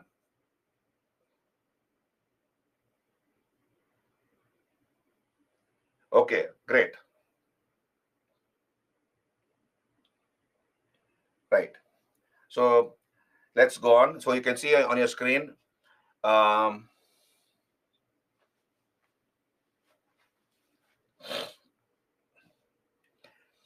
So you have rock edict. This is a rock edict on the left of your screen. This is a rock edict. This has been inscribed on a boulder of a hill. So you cannot move the boulder easily. And therefore, it has been written there. Then the pillar edict. So he installed pillars like this, and on the surface of pillars, he has got it inscribed. And on the walls of caves. So Ashoka dug up caves. He ordered the construction of caves. They were hewn out or dug up from a rocky, hilly cliff. And he donated these caves to the Ajivika monks. Right? I'll talk about Ajivikas briefly later. So, on the walls of these caves, we find something written. He has written some messages meant for the monks. So, these are called cave edicts. Now, so you can see the distribution of these edicts, different edicts on the map in your screen before you. So these are the various rock edicts, pillar edicts, and cave edicts of Ashoka. They are found, except Kerala, Tamil Nadu, they are found throughout the country, in the length and breadth of the country, including in Nepal, in Bangladesh. We have found these edicts. Right now, look at this. They are found in 3 languages and 4 scripts. So, what are the 3 languages Ashoka uses to convey his message? Now, please understand this part carefully. So he uses 3 languages. Ashoka uses 3 languages and 4 scripts to convey his message. So he uses 3 languages. What are the 3 languages? Prakrit. He uses Prakrit. Then Greek and Aramaic. So Prakrit, Greek, and Aramaic, 3 languages and 4 scripts he uses. What are the 4 scripts he uses? Brahmi, Kharoshti, Greek, and Aramaic. So Ashoka uses 3 languages and 4 scripts to convey his message. Now, please understand, what is the difference between language and script? Sham, just be with me. Just be with me. I'll clarify your doubts. Be with me. Right? I'll clarify your doubts. What's the difference between language and script? Anybody here? Quickly. Language is spoken. Very good, Rajneesh. And script? Script is writing. Very good. Now, but then please understand, common sense, language is what is spoken and script is what is written, right? But then please understand, there are many languages we don't have a script. There are many languages which don't have a script. For example, we have many tribes in various parts of India. Many tribal languages are there. They can communicate through a language, but they don't have a script. For example, we have the Kurgis from Karnataka. Kurgis, they are a tribe. They are considered to be a tribe, the Kurgis. They speak Kurgi language, but they write in Kannada. So Kurgi language doesn't have a script. They write in Kannada, but they speak Kurgi. Right. Now, why does Ashoka use different scripts in different places? Now, look here. Predominantly, what Ashoka does is, throughout India, Ashoka uses the Prakrit language. Be with me in the class. I'll clarify doubts. Hold on. He uses Prakrit language and the Brahmi script. So he uses the Prakrit language and the Brahmi script throughout India. Okay. Then in the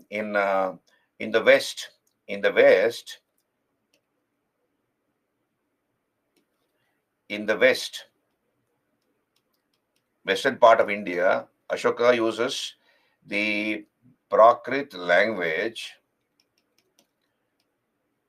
and the Kharoshti script.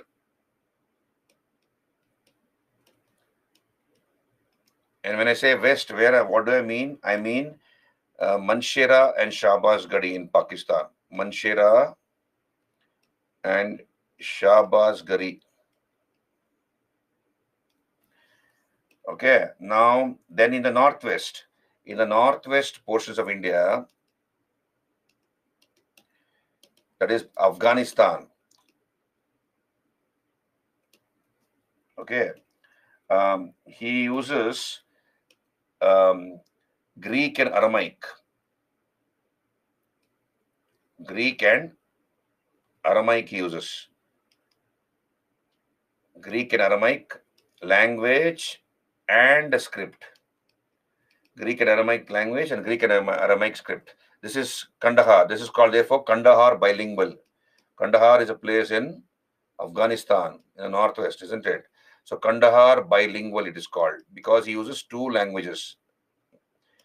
Greek and Aramaic language and Greek and Aramaic script. So predominantly Ashoka uses 1 language and 1 script throughout India, Prakrit language and Brahmi script. In the west, that is Mansher and Shahbaz Gadi, which are in Pakistan, Ashoka uses the Prakrit language and the Kharoshti script. In the northwest portions of India, that is present-day Afghanistan, Ashoka uses Greek and Aramaic language and Greek and Aramaic script. Now, use your common sense. It's very simple. Why does Ashoka use different script in different places? Predominantly in India, throughout India, he uses one script, Brahmi script and Prakrit language. But in some parts, he has used different script. Reason is that was the script which was mostly read by the people in that part of the country. For example, let us take a hypothetical example. Let's say Ashoka was living in these days, nowadays, and Ashoka wants to convey something to the people of Karnataka. So he will use which language? He will use Kannada because Kannada is the predominant language of Karnataka. Similarly, he might use Marathi in Maharashtra because most of the people speak and read Marathi. He might use Punjabi in Punjab. He might use Tamil in Tamil Nadu. So, depending upon which area he is trying to convey the message, Ashoka understood which was the popular script. What is the script people are able to read and understand? And he uses that script accordingly. Did you understand? Yeah, very good. Clear, all of you? So the script and the language varies. Now please understand here one more thing. Nobody knew about Ashoka. Nobody knew about Ashoka till 1915. Till about a century back.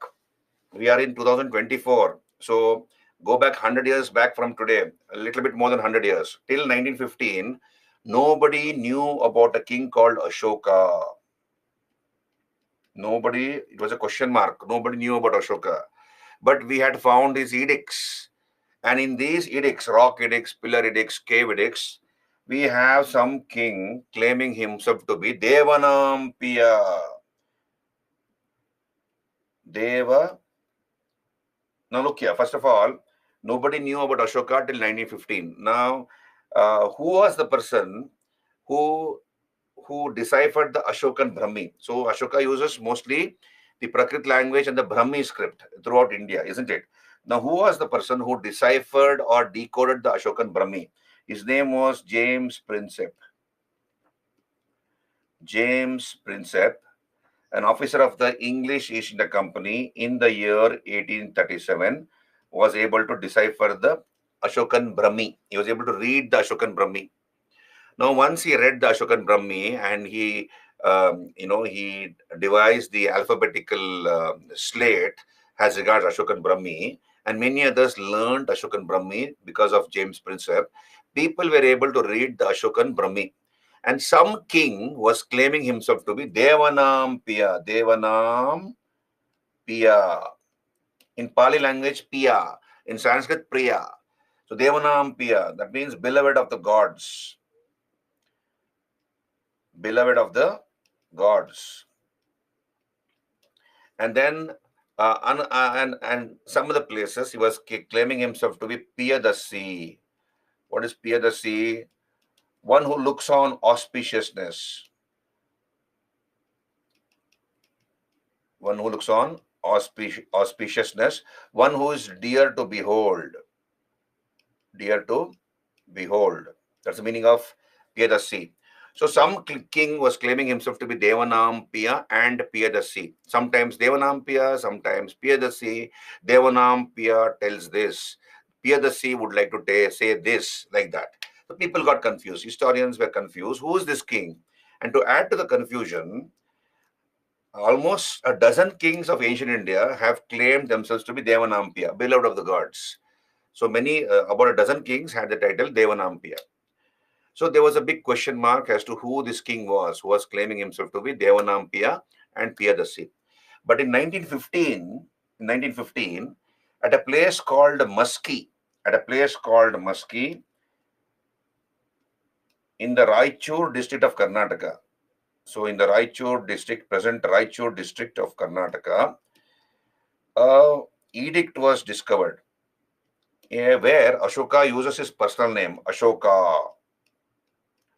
along with his titles, Devanam Piya and Pedasi.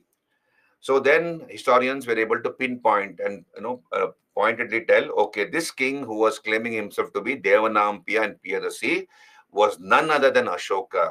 And this has been corroborated, this has been substantiated, supported by the Sri Lankan Buddhist books.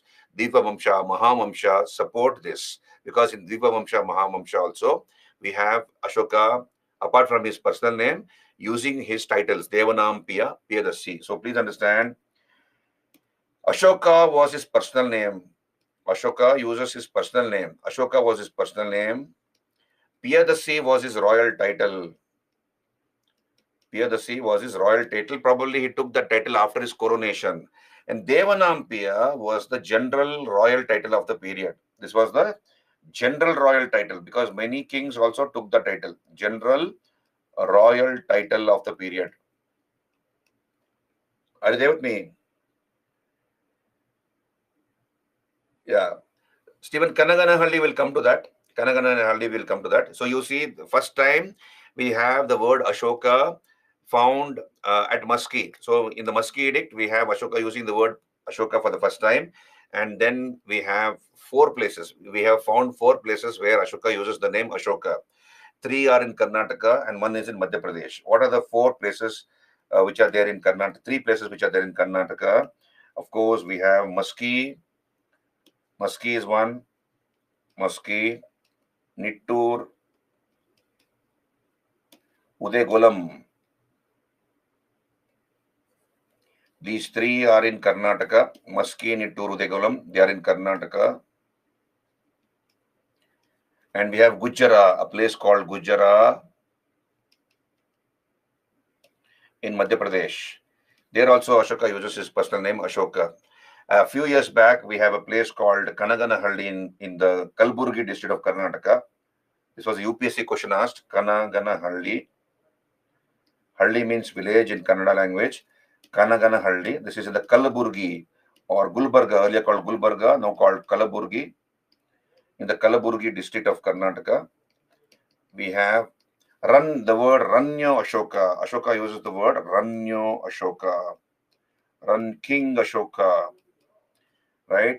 Along with his queens and attendants. He's shown on an inscription along with his queens and attendants at a place called Kanaganahalli in the Kalaburgi district of Karnataka. And the word Ranyo Ashoka means King Ashoka. So this, you can say that this is the 5th place where word Ashoka comes. Okay, Ranyo Ashoka, King Ashoka. So this is about Ashoka. The world came to know about a king called Ashoka only from 1915 onwards. Till then, it was a mystery, right? So we'll come back here. So Chanakya was a Brahmana, Divyani, he was a Brahmin. So we find Ashokan script in 3 languages and 4 scripts. So these 3 languages are Prakrit, Greek, and Aramaic. These 3 languages, and 4 scripts: Brahmi, Kharoshthi, Greek, and Aramaic. So throughout India, I told you he uses the Brahmi script plus the Prakrit language. Prakrit language. Kharoshthi script he uses in Pakistan in the west, at Manshera and Shahbazgadi. He uses the Kharoshthi script and the Prakrit language. And Kandahar, he uses bilingual, that is Greek and Aramaic language and Greek and Aramaic script. Right. So Brahmi script was deciphered by James Prinsep in 1837. Kharoshthi script was deciphered by Norris, a person called Norris, deciphered the Kharoshthi script.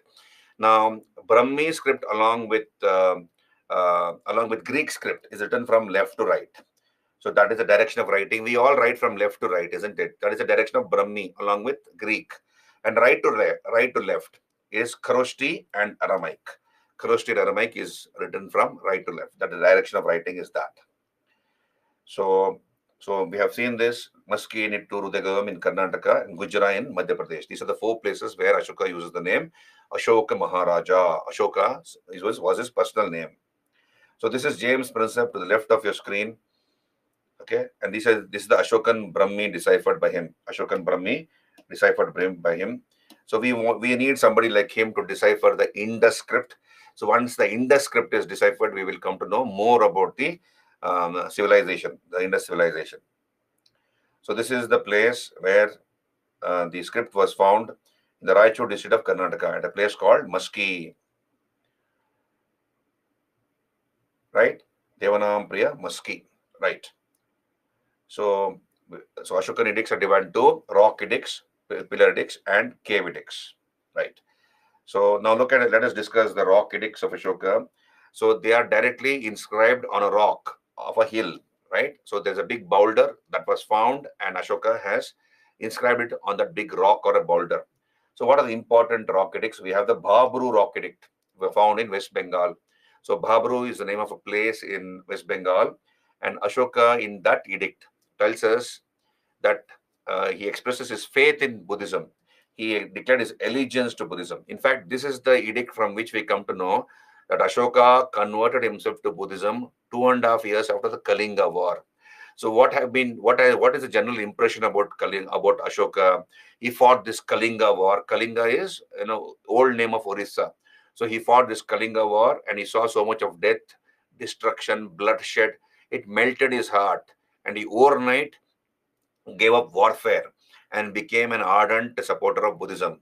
He converted himself to Buddhism, and he began to propagate Buddhism and Dhamma. So that is what has been told. In fact, there was a movie made many years back where called Ashoka, where Shah Rukh Khan is the hero and Kareena Kapoor is the heroine. And in that, it's a commercial movie. There's no historical truth in that. They show that initially he was in love with one queen called Karuvaki or Kauruvaki, whose role Kareena Kapoor plays. Then and so both of them were in love with each other, and he was okay till then. Then for some reason he comes to know that Karuvaki died. That is, Kareena Kapoor died. So he becomes mad. He mad with rage. He goes on a killing spree.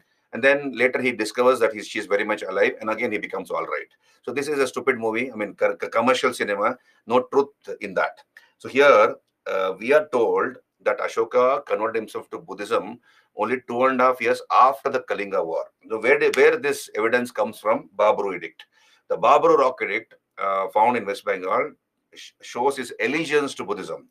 That is, he talks about the Trisaranyas. He proclaims that is Buddham Sharanam Gacchami, Sangham Sharanam Gacchami, Dhammam Sharanam Gacchami. So in that we come to know his allegiance or faith in Buddhism. This is the Babru Rock Edict, right? Then we come to the 14 major rock edicts. 14 major rock edicts. Now we have found 14 major rock edicts of Ashoka found on a single boulder at 8 places. So imagine this: there's a huge boulder like this. There's a huge boulder, and such boulders are found at 8 places. And on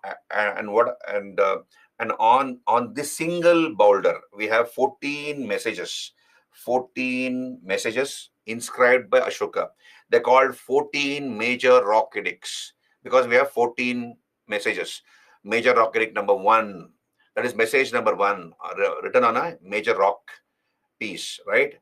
Message number 2, 3, 4, like that, 14 messages inscribed by Ashoka on one single rock, and such a rock has been found at 8 places. 2 are in Orissa, 2 are in Pakistan, 1 is in Maharashtra, 1 is in Gujarat, 1 is in Uttarakhand, 1 is in Andhra Pradesh. So look here, 2 are in Orissa, Dhauli and Jaugada in Orissa. 2 are in Pakistan, Manchera and Shahbazgarh in Pakistan. 1 is in Maharashtra, Sopara in Maharashtra.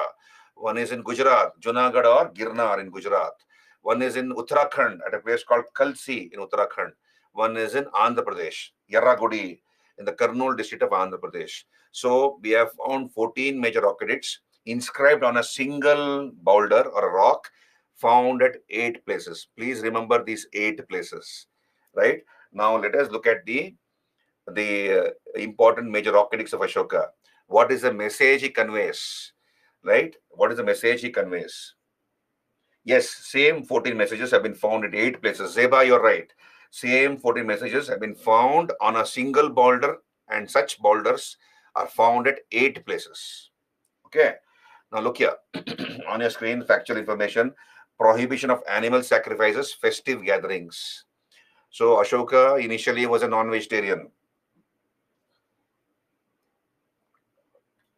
Ashoka initially was a non-vegetarian. Slowly, he reduced his intake of non-vegetarian food, and and later he also stopped eating non-veg.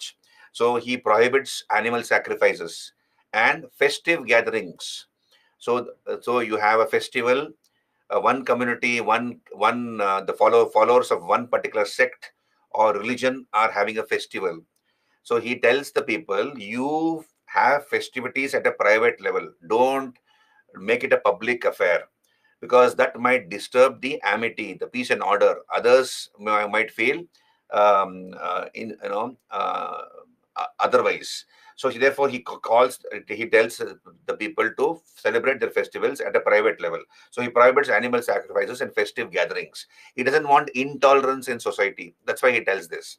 Number two, he talks about welfare measures like planting trees, saplings, okay, digging wells, road construction. Then he also mentions the southern kingdoms, the Cholas, the Cheras, that is Kerala Putra, ruling Kerala region, Pandyas, and Tamraparni, Sri Lanka. So he mentions about the southern kingdoms like the Cholas, the Pandyas, the Cheras of Kerala Putra, and Sri Lanka is called Tamraparni. Then third major edict, he asked the people to respect Brahmanas and Shramanas. Who are Shramanas? Wandering monks. That is monks of the heterodox sects, like the Ajivikas, the Charvakas, the Buddhists, the Jains, etc. They're called monks of the heterodox religions. So he asked people to respect the Brahmanas and the Shramanas. Then number four, he preaches non-violence, ahimsa, and he says he would like the sound of war drums to be replaced by the sound of Dhamma. Bheri Gosha, Bheri Gosha means sound of war drums, to be replaced by Dhamma Gosha, the sound of Dhamma. So he wants sound of Dhamma to be heard, not the sound of war drums. Fifth one, humane and kind treatment of slaves. Treat your slaves in a humane and in a kind manner. So there was slavery during the Mauryan Empire. Please understand, it shows that there was slavery in the Mauryan Empire. So slavery was present in the Mauryan Empire, and he asked the people to treat the slaves in a humane and a kind manner. And he talks about Dhamma Mahamattas. He appointed a class of officers called Dhamma Mahamatras to propagate Dhamma, to spread Dhamma. Okay, and the emperor used to pardon prisoners on his coronation anniversary. So when the day he was coronated as king, that day many prisoners were let free by the Emperor Ashoka. Similarly, we have major rock edict number 6. All people are my children, and he talks about public welfare. So he says, just as I treat my children, I would like to treat my subjects as my children. So all people are my children, he says, and he also talks about public welfare.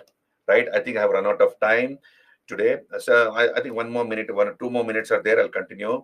Dhamma, I'll come to that. Stephen, Dhamma, I'll discuss that tomorrow. So tomorrow I'll finish with Mauryan period chapter, Mauryan chapter, and go to post-Maurya period. Right? We go to post-Maurya period. So where Vedic sacrifices banned by Ashoka. When he says prohibition of animal sacrifice and festive gatherings, sacrifices involving and killing of animals would have been banned. So if the Vedic sacrifice entails killing of an animal, at least during the period of the Ashoka, it would have been banned. We can presume that. Yes, manuscript means writing on paper. Yeah, it could be palm leaf. There was no paper until the 13th century, Manpreet. You have palm leaves.